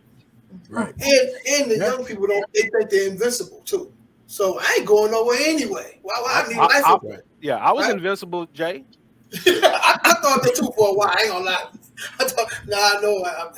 But let me tell you something. If let's say us as black people, right? If we will start getting life insurance, term life insurance, or full life insurance, or whole life insurance, whatever the case is, and this stuff is going on where people are dying and left and right, and the insurance companies have to pay that money to them families, I bet you all these guns that's trickling into our neighborhoods and stuff like that, it'll start evaporating. Because these insurance people are paying all this money to these people. A lot of that stuff will be gone. Well, premiums will start going down too. And then people could also afford it more. Right. Premiums wouldn't be so high. But again, it's the thing, hey, they, like you were saying, my man, they don't want to be sold. Yeah. Okay. Now, the only reason why I know about insurance, and again, I grew up in a different household. In some cases, when I started living with my grandparents, well, this is when the insurance man used to come to the house. Yeah, to the house. And you had a receipt book. Yes, Yeah, the payment book. Yeah, you had a payment book, and she would make us make the payment. Oh, okay. I like that. Yeah, and then because I think you talked about this right there, priorities, right? Grandma had the priority, right? Like she knew insurance could be paid. Now my grandma had, I don't know, insurance on everybody, but it was like $5,000, $10,000. We ain't talking about $100,000. She just wanted enough to make sure, each one of her kids were taken care of. But priorities. When do we start talking about prioritizing our life in a way where we see what's the most important thing, what's more valuable to us as individuals, and making ourselves the most valuable asset? That is what insurance is saying. Hey, I'm a valuable asset to my family. Let me ensure my value by securing, these funds just in case my value so happens to diminish, right? Yeah, right. Yep. Well, Derrick, you probably know this, and most people don't. You know Lloyd's of London? Absolutely. Of course. Absolutely. Do anybody else know Lloyd's of London? Is that the bank? No. No. That's as soon as you get your athlete, you get that first contract. The first call is Lloyd's of London. I got to insure my fingers. I got to insure my fingers, my hands, my legs. Right. Yeah. When you said asset on that, right? That's the first thing popped in my head. Lloyd's of London. Mm-hmm. Yeah, absolutely. So because that's your money maker. They insure everything else other than what your normal insurance company would insure. Mm-hmm. Yeah. Right. So if my voice is my money maker, I can insure my voice. Okay. Right. Yep. And if you lose it, you have throat cancer or something like that. They pay. You can't if you can't do your job, they pay. Yeah.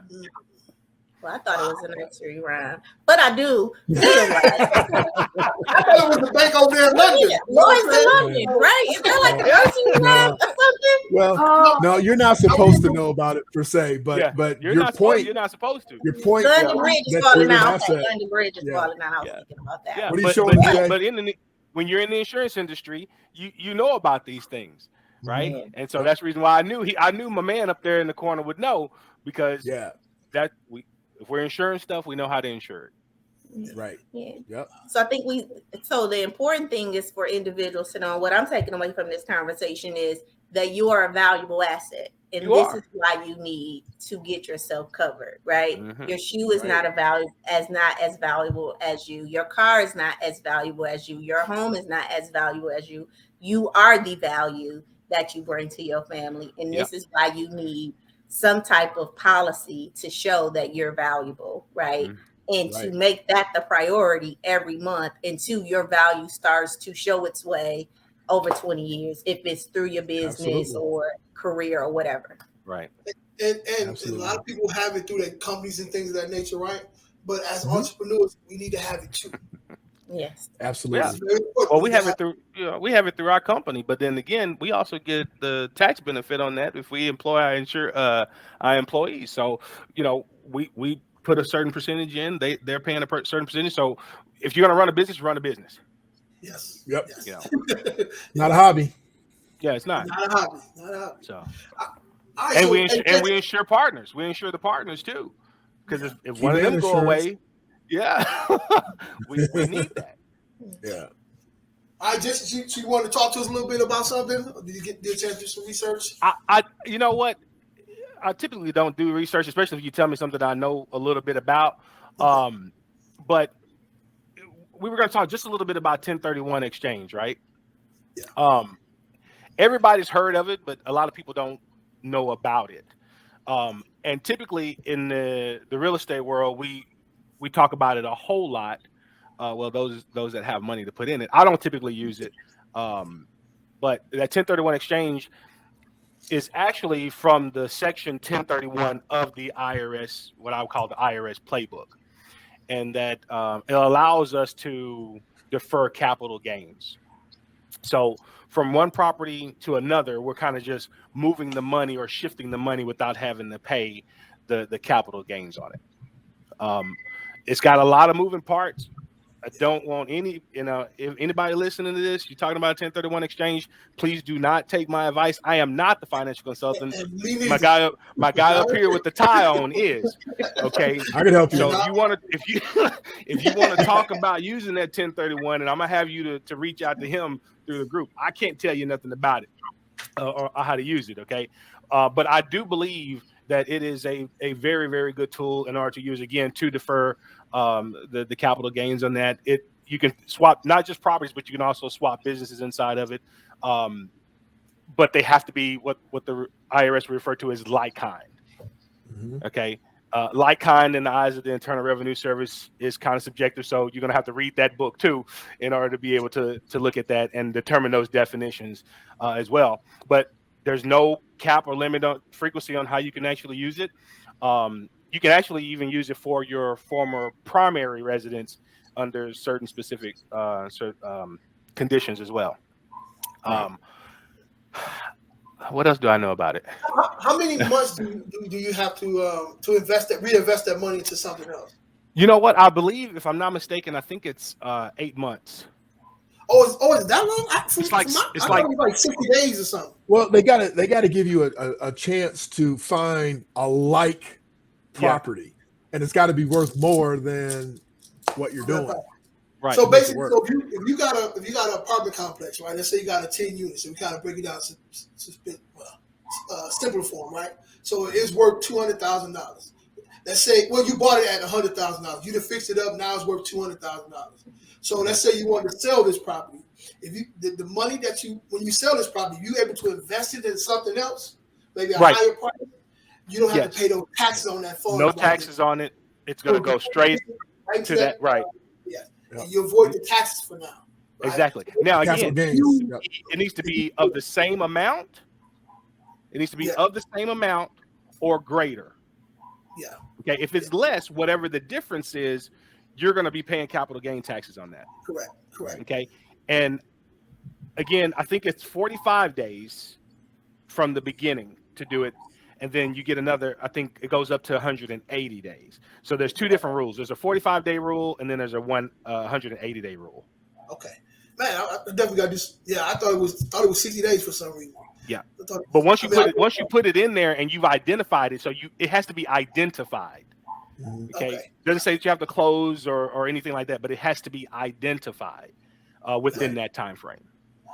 And a lot of people don't even know about it. I had a lady was trying to sell her. I'm like, listen, you're going to get hit with capital gains tax if you don't put that into something. She's like, what? I'm like, you talk to somebody. Yeah. I don't use the 1031 exchange. I prefer to use IRA. Mm-hmm. I prefer to use IRA because then it's just the borrowed money and it's going back in there. I don't want to manage it. Let me put it like that. I don't want to manage it that close to our other so-called business partners, IRS. Okay, I like to only talk to them once a year. Hey, Jason, you know what's crazy when you say that, man? I got my next question is this right here, bro. This is crazy. You just said it. Can you see that? Oh, when is the best time to pay your taxes? Quarterly or yearly? You know what? That's a really good question too, Jay. I say both. And of course we'll look at the first quarter, second, third quarter, fourth quarter. I prefer to do a little bit quarterly, and then at the end of the year too. I like to see something coming back. It makes me feel good. I'd rather see something coming back than it keeps going out. But the way we structure the business, we never run into that issue anyway because we have a separate account for all of that. Just like we were talking about capital gains and avoid nodes with 1031, when a check comes in, we automatically set 33% in a tax account, right? Then we move a certain percentage into our expense account. Then we move a certain percentage. So we move that all around. So really, our taxes are already paid before it's time to write the check for them. Now, if we decide that we're going to go ahead and pay that quarterly at the end of the year, most of the time we'll either break even or we'll have something that's actually coming back, which is what we prefer. And then we stick that back into the expense account and we start all over again. And I guess I want to say, why is it best to pay your taxes quarterly or yearly, right? Because working with entrepreneurs, I mean, I was a hairdresser for a long time, and then working with entrepreneurs, like, you know, really getting in the mindset of, okay, you have income coming in, and you want income, you know, you have income coming in, so you have to pay taxes on this money.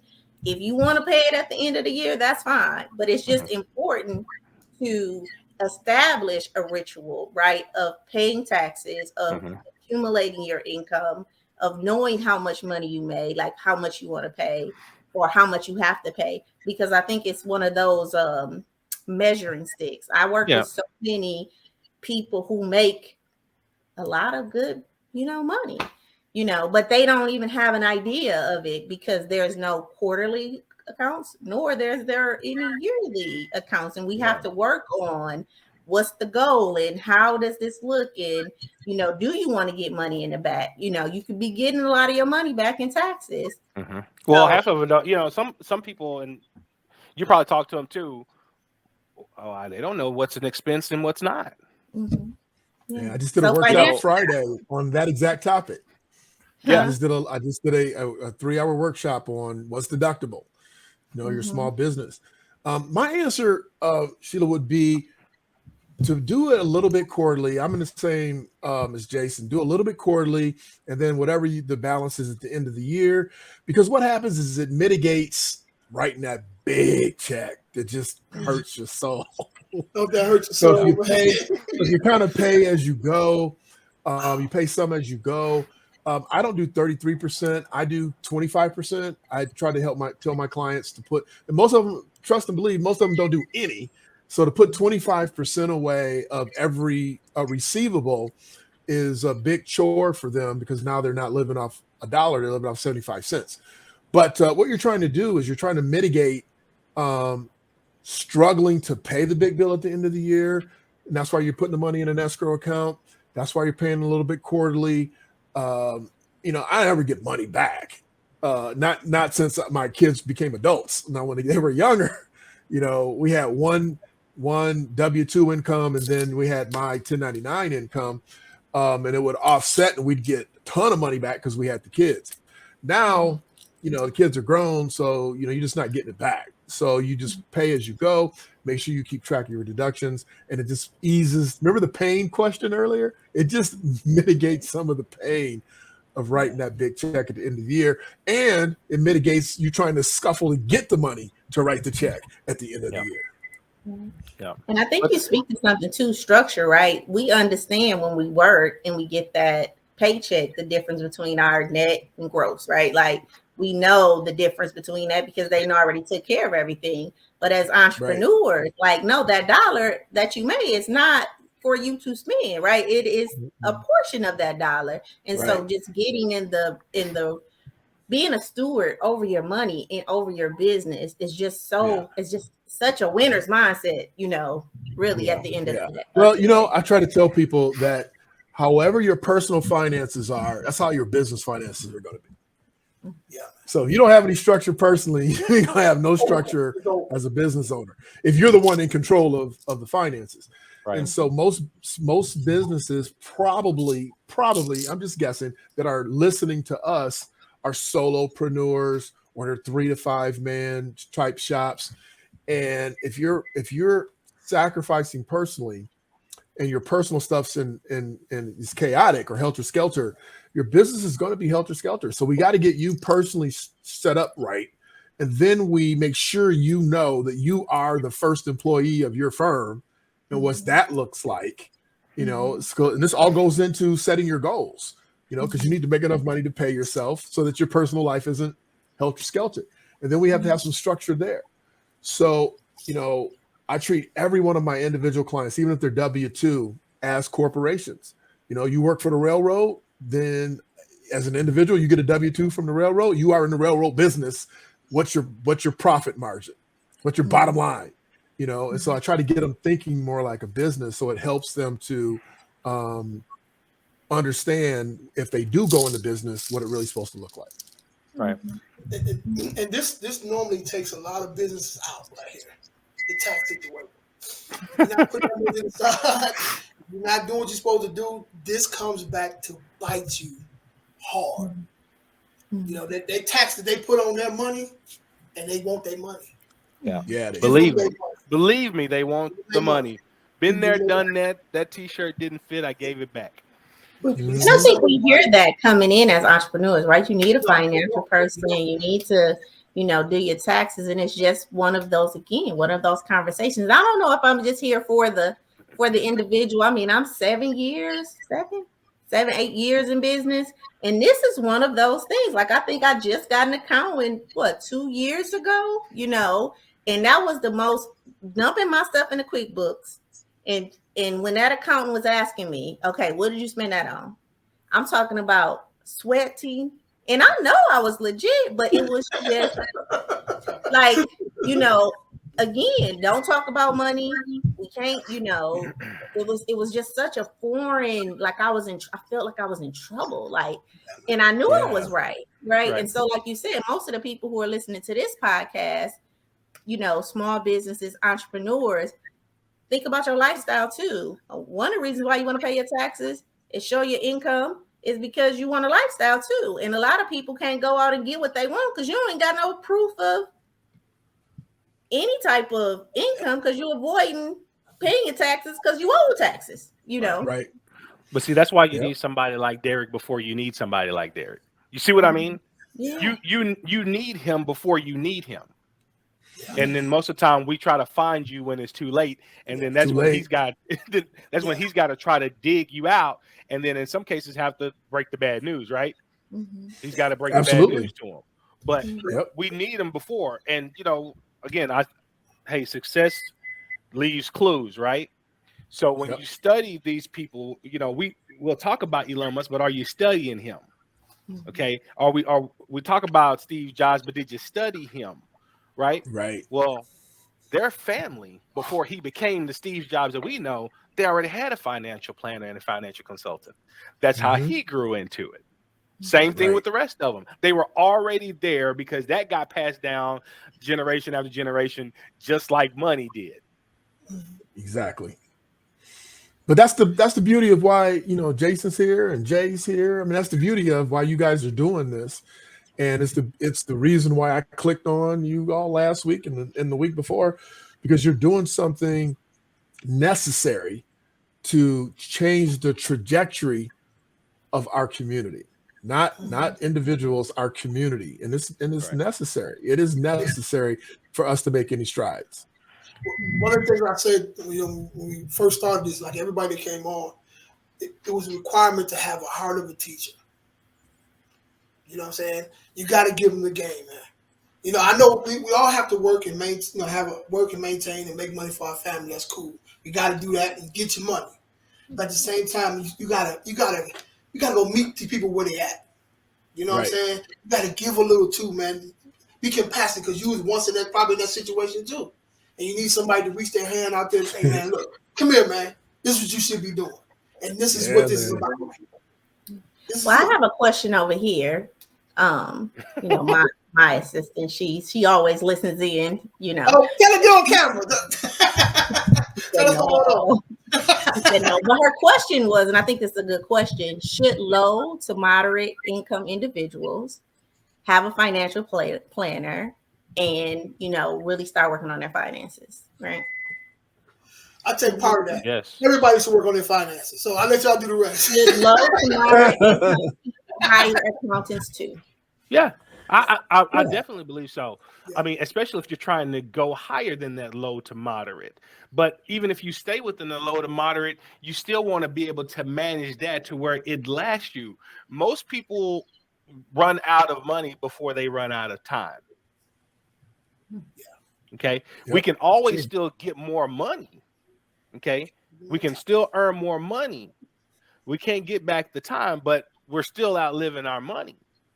But if we have a financial planner that can help us plan, because I can guarantee you there's something that the low to moderate income person is spending every month, not realizing it, that could be invested in something else that could be bringing them additional income in, right? Yeah. Some kind of subscription, whether it's Hulu, Netflix, something that's there, right? I was having a conversation with one of my mentees the other day, and I said, hey, man, because he was talking to me and he was at the corner store. I said, how many times do you go to the corner store? And he told me, and I said, every time you go in there, you spend at least $5 or $6. Why don't you go buy you a meal? You wouldn't keep running back to go get that. Right? Yeah. And he did it, and he monitored that for a month, and he saved almost $500.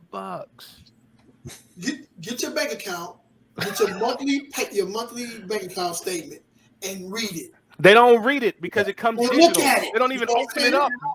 No, they don't even open it. They'll open Print it it up out, bro, and look at it. You see exactly where your money going. Yeah. Nobody waits for the mail anymore. How much I spend on What's your assistant's name, Sheila? Mariah. Oh, my cousin's name's Mariah. I love this. So Mariah, that's okay. I said I love the name Mariah. My cousin's name's Mariah. Oh, nah, she's not my cousin. I know where my cousin is. Hey. So Mariah, low to medium income people should definitely seek out some support, like to get a budget, to make sure the money's going the right way. You know, I've dealt with thousands of people. I've dealt with thousands of people on insurance, and even more of thousands on the whole financial universe. And what I will say is that there are a lot of people that are living on God's grace. I mean, straight up miracles, have no clue how they made it last month.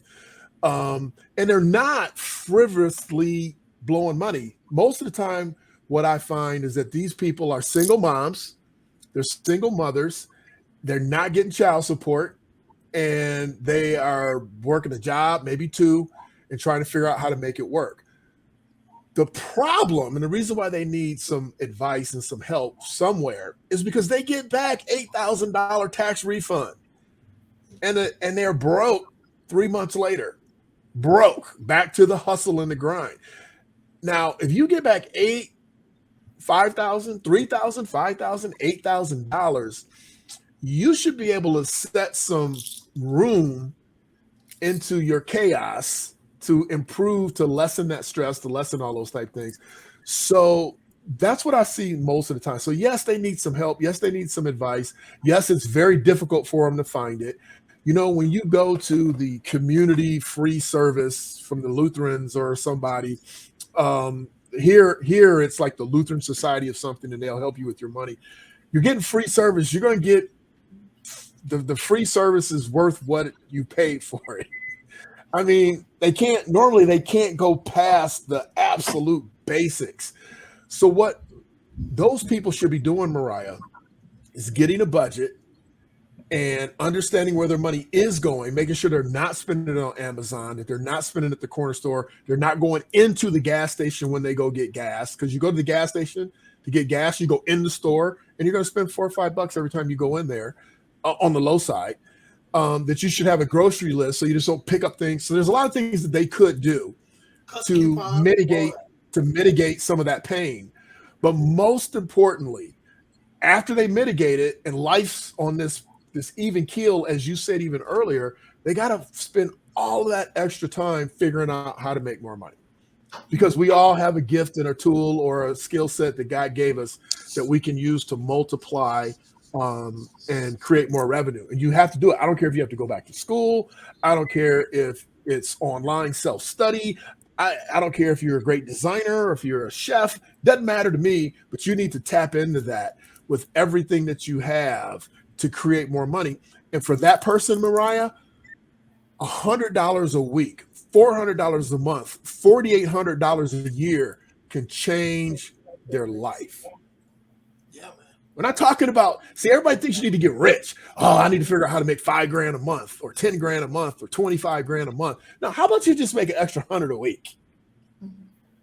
$125 a week, $500 a month, $6,000 a year. Change the game for you, right? Now you have something to invest in. Now you can create that investment account. You can have an emergency fund. You can get rid of the credit cards and you can move your life forward. And now when you get that refund, it's not going to evaporate because you use it to pay back all your bills or use it to pay your car off, which is the worst idea ever, right? You don't have any credit. You take all the money and pay your car off. It's just, but people don't know. They don't know. So the answer is yes, they should. Those are the reasons why. And let's just be honest. If you come to me and I'm not me, you feel me? I'm not me, but it's me. I'm an investment guy. I'm gonna say, hey, how much do you have? That you want to invest? And you go, oh, I'm in debt. I'm like, okay, well, can't help you. You don't want to talk. Because I need at least 100,000 to even have me look up from my planner because I'm making some look up. I need at least 100 to look up. So it's a problem for people who don't have resources, but it doesn't mean that they have to accept that as their life. There's plenty of us, right? Not just Black me, but just us, people that are willing to help and educate, that will say, look, here's the basics. Now you got to do what I tell you to, or it ain't gonna work. The biggest thing that I take away from that, right? You said we're gonna go pay the car off. Well, that automatically tells me you can't manage the money. I'm trying to get rid of the payment. I'm trying to get rid of the payment because I don't know how to handle it every month. It's easier. Yeah, it is. Yep. I get it. I mean, I get the logic. Don't think. I mean, I understand the logic, but in retrospect, when you actually, then you come to me and you say, hey, I need to fix my credit. I go, you have a car note? No. Oh, Jesus. Okay. All right. We can do it. This is going to be a lot more difficult. Mm-hmm. Listen, well, thank you. Thank you for that. You're welcome. You. You're welcome, gorgeous. You're welcome. Very important information, man. Very important. I didn't have nobody to sit me down and kind of tell me that. I had to figure that out on my own. Yeah, all of us did. I did TED Talk. Well, no, I did a TED Talk, and the TED Talk, my first TED Talk, I done two of them. My first one was about money is taboo. Yeah, talking about money is taboo. And so why is talking about money taboo in our society? And it is. It's taboo. Nobody teaches it. They are just now, when I say they, the system is just now mandating state by state. They're starting to mandate that kids in the 9th through 12th have to take X number of hours of financial money management courses in high school. There's just this 2022. It's crazy, man. Crazy, bro. That's insane. Well, I thank you because I do feel like it is a taboo subject, and it's, again, I'm gonna go back to my therapy. It's an emotional conversation, and people who don't know how to manage their emotions or have a level of emotional intelligence will stop listening. They'll be present with you, but they ain't hearing nothing you say. You sound like wah wah wah wah wah wah wah to them, and then you're like, okay, what you gonna do? Well, they barely heard you because in their mind they thinking, so you want me to say what? Like they went into a whole internal conversation while you were outside of them talking because there was just a block of emotions that we really have to learn to sit with and breathe so we can get the information we need so we can take the actions that's required to, change the trajectory of our life. It's funny you say that because I don't even try. And maybe that's wrong. I don't even try. All I do is I say, listen to me. I know you can't see me and you can't hear me because your situation is so messed up. You are underwater and you can't hear me and you can't see me right. So here's what we're going to do. We're going to get you even. Just even. Get all your bills current. And then we're going to get you $1,000 in the bank. And then you'll be able to hear me and actually take the information and start applying it in an emotional, mental way, because you are 1,000% right. People financially messed up. They don't want to, I'm good. I can't hear you. I don't know why. I was just messed up. Like their heart start beating, hands.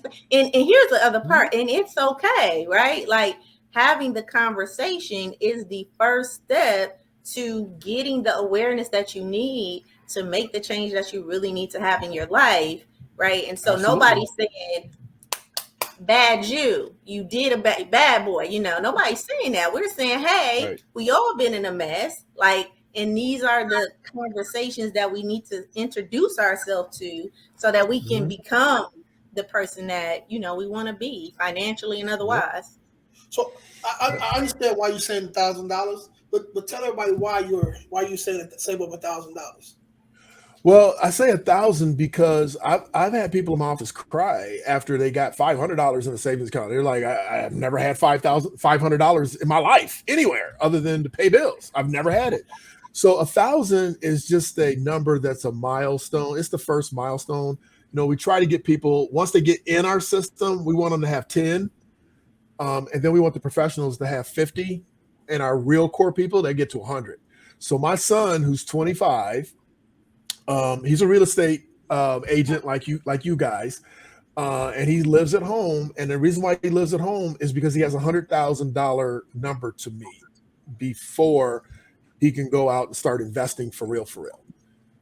So I told him, listen, if you make a mistake and you fall, do you want to fall on zero or you want to fall on $1,000?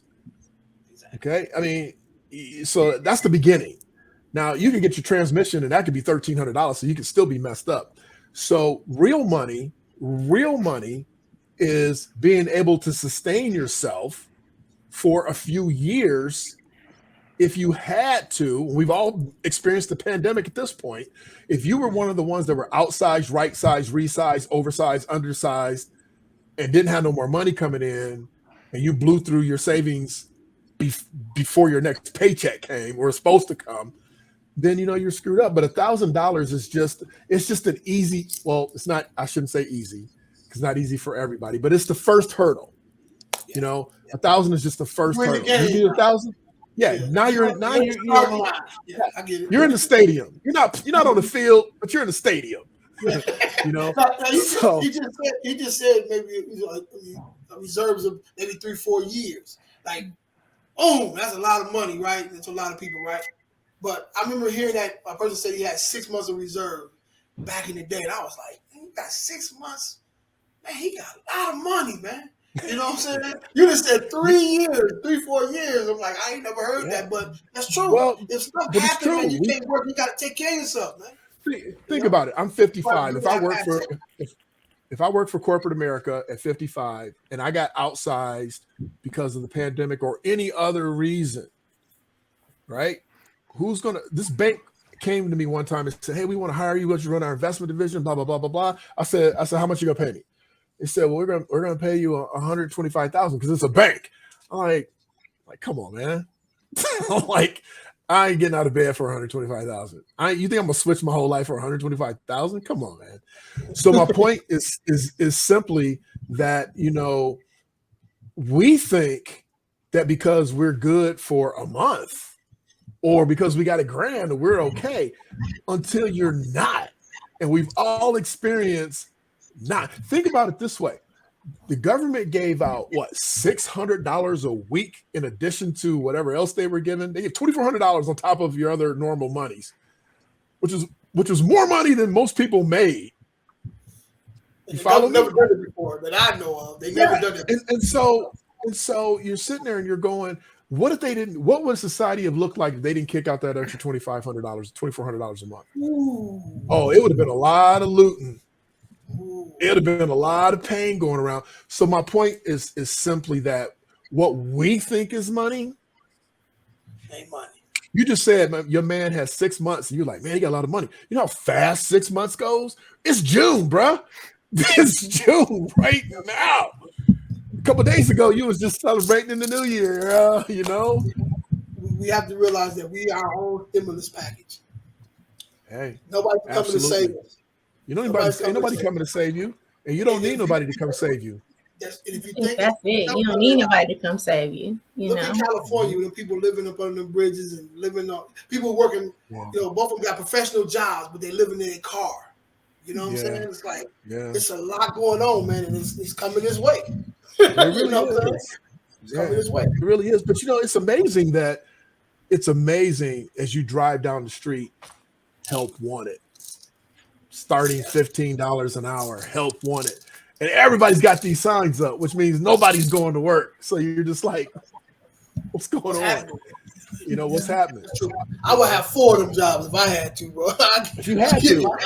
And I think that's another conversation, though, because I do feel like we are starting to see a shift, and this is the importance about entrepreneurship too. We saw it in the grocery stores, right? When you did the U-Scan thing, I really think the pandemic really shifted how business is done and who it's done by.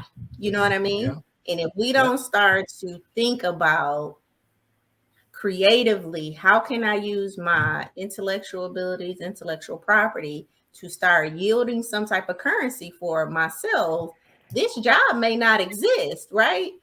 We used to hear this before, but when we saw it, even with like I said, with the self-checkout, like they have in grocery stores now, it's like 12, 20 of those self-checkouts. That is replacing a person that used to do that, Absolutely.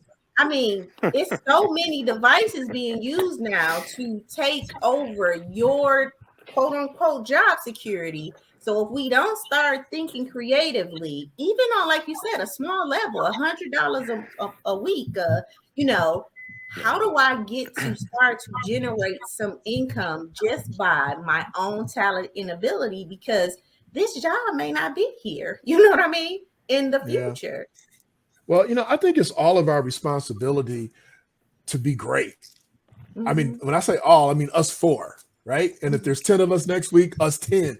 It's the top 20%, and it honestly is really the top 10 to 15%. It's your duty to blow up, because all our kids see are athletes and rappers. That's what they see. That's what they see.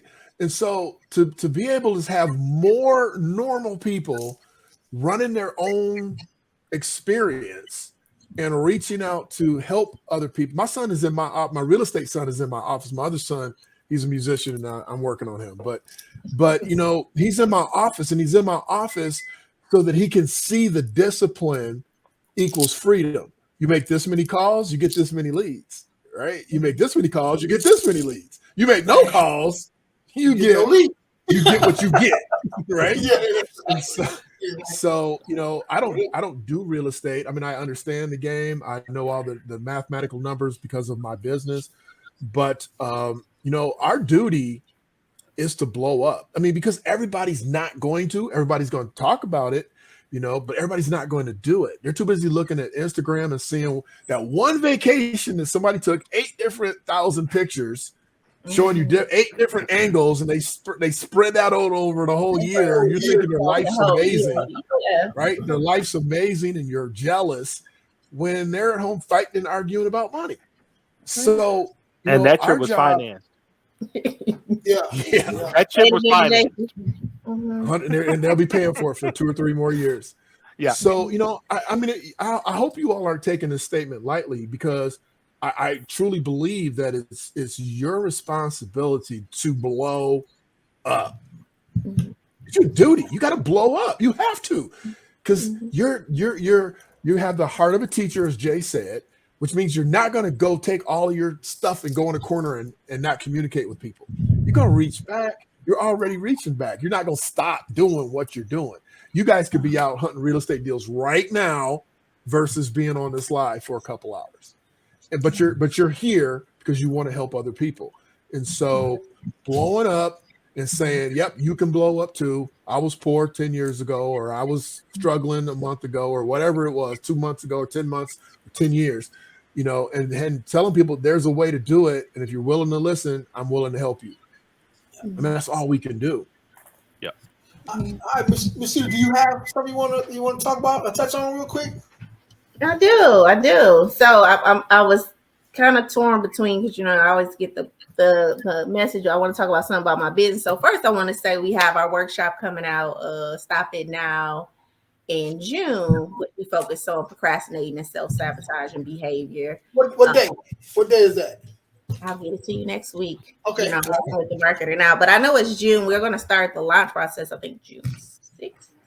And so I think it's for that. What's that Thursday? June 27th? I think June 27th is when the workshops start. And they're just really an hour and 30-minute workshop, similar to what we're doing a framework using a synergy process where I use a little bit of therapy and a coaching and consulting to really help you navigate what you need to stop. Research showed that, you know, any change to an organization, when a consultant come into an organization and trying to change it, he has to stop something first, right? He has to neutralize the problem, right? And stop it. And then kind of get the new kind of like, okay, where are we at before you actually start something different? And so I took that kind of mindset and developed a program for a person's personal life, right? Like, what is it that you need to stop in your life that's creating a problem? Let's kind of stop it, right? Neutralize that to now start with this new activity. On Thursday the 24th, June 24th, is going to be our first workshop. And go, Mariah. Yeah, Mariah, right? So the whole idea behind my PhD, I look at, you know, procrastination. That's my research in the level of emotional intelligence that we have in African American women, and really looking at this as an emotional issue. Procrastination and self-sabotage as more of an emotional issue than a time management issue. And so our first framework for that is stopping now. So I wanted to definitely talk about that every week and get people encouraged to sign up once we start that process. And you can go to I Am Shaping Solutions on any social media handle and register for that. So that's a program, right? That's a program that I do to help meet my needs. Or what I do, or what we do at Shaping Solutions, is help people to align, advance, and accelerate their life, right? And Stopping Now is one of the programs we do. Shape Your Life is one of, like, we have programs to do that. But our ultimate goal is to help people align, advance, and accelerate their life. Align with the person that you're trying to be, right? So really getting a core understanding of aligning with yourself, advancing really your life, which is an acronym, like your love, your interactions, your focus, and your energy, right? Really trying to advance this and accelerating yourself in your personal and professional life. And we do that by helping people develop this the mindset, right? And I think the Bible say, what is it? Ye be renewed. What does it say? Be renewed by the restoring of your mind, or the renewing of your mind, right? So a big part of our mindset, a big part of how we see the world, our perception, is really how you looking at this thing, right? So are you looking at this as the glass half empty or the glass half full? And so when I start to help people shift their mindset, then we start to develop the skill sets, right? Like financial planning, right? Understanding our finances and what skills and habits do we need to put in place to make sure that we're doing the things we need to do. Whatever other kind of skill you need, and outsourcing those skills, right? So if it's a business and you're not a good marketer or you can't sell, like, what skills do we need to make this goal happen, right? In our personal life, what skills do you need? I remember my first time hiring a maid. Oh, the most emotional decision that Sheila Little ever made, right? Because one, I had to learn how to leverage my time. I knew I liked to clean house, but it went against everything that it would, like, that I stood for as a Black woman, right? Like, you should be able to be superwoman, keep your house clean, you know, do all of this stuff, and bringing in a person who enjoyed that, right, allowed me to be able to use that time to invest in my kids, right, into my family, into my job. So really getting what skill sets do we need? Can you do it or somebody else? And then the actions. And that goes to your goals, Derrick. Like, what small actions do we need to take to change your behaviors? And first we build our habits, and then our habits make us. And so, you know, doing the mindset, developing the skill sets, and then what actions do we need to take every day to make sure that we put this in your mind over and over and over again. So now you ain't thinking about it. Like I tell people, you get out your bed and walk to your refrigerator and not make a thought about it. Why? Because you did it enough times. You don't got to turn on the light. You go in your house and flip your light on, right? Why? Because it's a habit now. You don't have to think about it. And we want to align our life in a winning process, that when we doing this stuff and coming up against challenges, we ain't thinking about that, right? Like I ain't even looking at that as a challenge because it's a habit. I'm gonna get through this, right? Now I'm just sitting down with my team to say, okay, what we need to do. And I ain't overcome with stress or all of these things. And so that's what we do at Shaping Solutions. We help shape your mind so you can shape your life. Excellent. I love it. Powerful. Yeah, definitely let us know when you kick that thing off. So we can share it as well. So, well, any final thoughts, guys? Well, I'll tell you what, one hot topic, I don't know if you guys seen this or not, but this was based on, what's her name? What's the comedian lady, man? Her name just slipped my mind, man. Monique. Yeah, I don't know if you guys seen that, right? She went off on BL usually pretty bad. So, I don't know if you guys know about it, but definitely take a look at it. It's really crazy. So, yeah. I haven't seen it, much about I don't know. So, yeah. I couldn't comment. No comment. I don't know anything about it.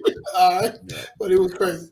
But yeah, so any quickly final thoughts about what you got going on or what people should be looking forward to and all that good stuff? I kick off for me. Go ahead. For me, just I don't have. I have always have something popping off. But if people want more conversation or they want more details, they can just go to joinderrick.com and I'll get their name, their email, and their number, and I'll hit them back, or somebody on my team will hit them back, and we'll schedule a call to help them kind of wade through all of the things that they need to get to Sheila and do some good work. Yeah. Right. And you guys are listening. You know, Derrick is new to the team here, man. So he's gonna be reoccurring every single week. Yeah. And I'll be back. You know exactly what he's talking about. So you will, man. You know, get his number, reach out to him, man. You know, let's make this thing happen. So, what about you, Sheila? Got any final thoughts?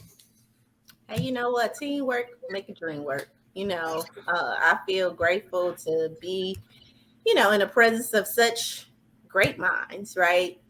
It definitely helps me to be able to, you know, just talk about what I do more. You know, working in small groups or one-on-one is different than, you know, speaking on a platform. This was one of my goals, vision board, you know, to start my podcast. We had a radio show, Soul Food for Thought, and I really love to be behind the mic and just, you know, kind of speaking. And so this gives me the opportunity to not just speak, but to learn too. So I'm definitely appreciative to be around you guys and you know, just take in a little bit of soul food every week. Absolutely. Well, for me, you know, we have the Spanish classes that we're doing now. So I think it's on Wednesdays and Fridays on Zoom. So if you want to learn to speak Spanish for free, definitely reach out to me. I'll send you guys the link. It's totally free. I want the link, so I'll reach out to you. Okay. I saw that. I am. That's another thing on my goal is Jason, don't laugh because I'm going to be on here speaking Spanish. Like, okay. Learning Spanish will talk to me. Open up your business big time. You know what I'm saying? There's a whole other market that we're not touching right now. So why not jump right on that? Also, if you want to get into real estate and become a bird dog, reach out to us. We got those classes started. I think it's next Tuesday online. So definitely reach out to me. I'll send you guys the link on that. If you need service if you're a real estate wholesaler, you're a real estate investor, you need someone to do a lot of your back office work, reach out to us. We take care of that as well. And also, Jason and I have a REI meetup that we do the second Saturday of every month, where we go in and talk about all kind of stuff, commercial to residential to strategies, all kind of stuff. So definitely go in there. It's free. And we just try to do the work, guys. Excellent. All right. And if you guys don't catch their numbers, reach out to me. I'll make sure I pass that ball off to whoever you need to talk to. All right. And if you guys ever need some help, you know, you can always, you know, I'm your therapist, your relationship therapist, and your, you know, mindset coach. So absolutely. Excellent. And once again, I apologize for doing this a little late, man. I appreciate you guys still being team members and coming on board. I was going to do it if it was just me. I got to be consistent, you know what I'm saying? So it was good to see you guys come on, man. So tell everybody in the group chat, you know, that we did get on there, man. And, you know, if you guys learned something or you, whatever, you need to spread out to everybody. Absolutely. Definitely let them know. And don't forget to put that on the Facebook group as well, if you don't mind. We'll do. Okay. Yeah, I'm heading to Minneapolis tomorrow, and I'll be gone all week. So I'll try to have it by this time next week, if at all possible. Okay. Hey, man, I appreciate you guys. All right. All right. Yeah. Next week, go smash the rest of the week, guys. Cool. Take it easy. Yeah, absolutely. All right. Later.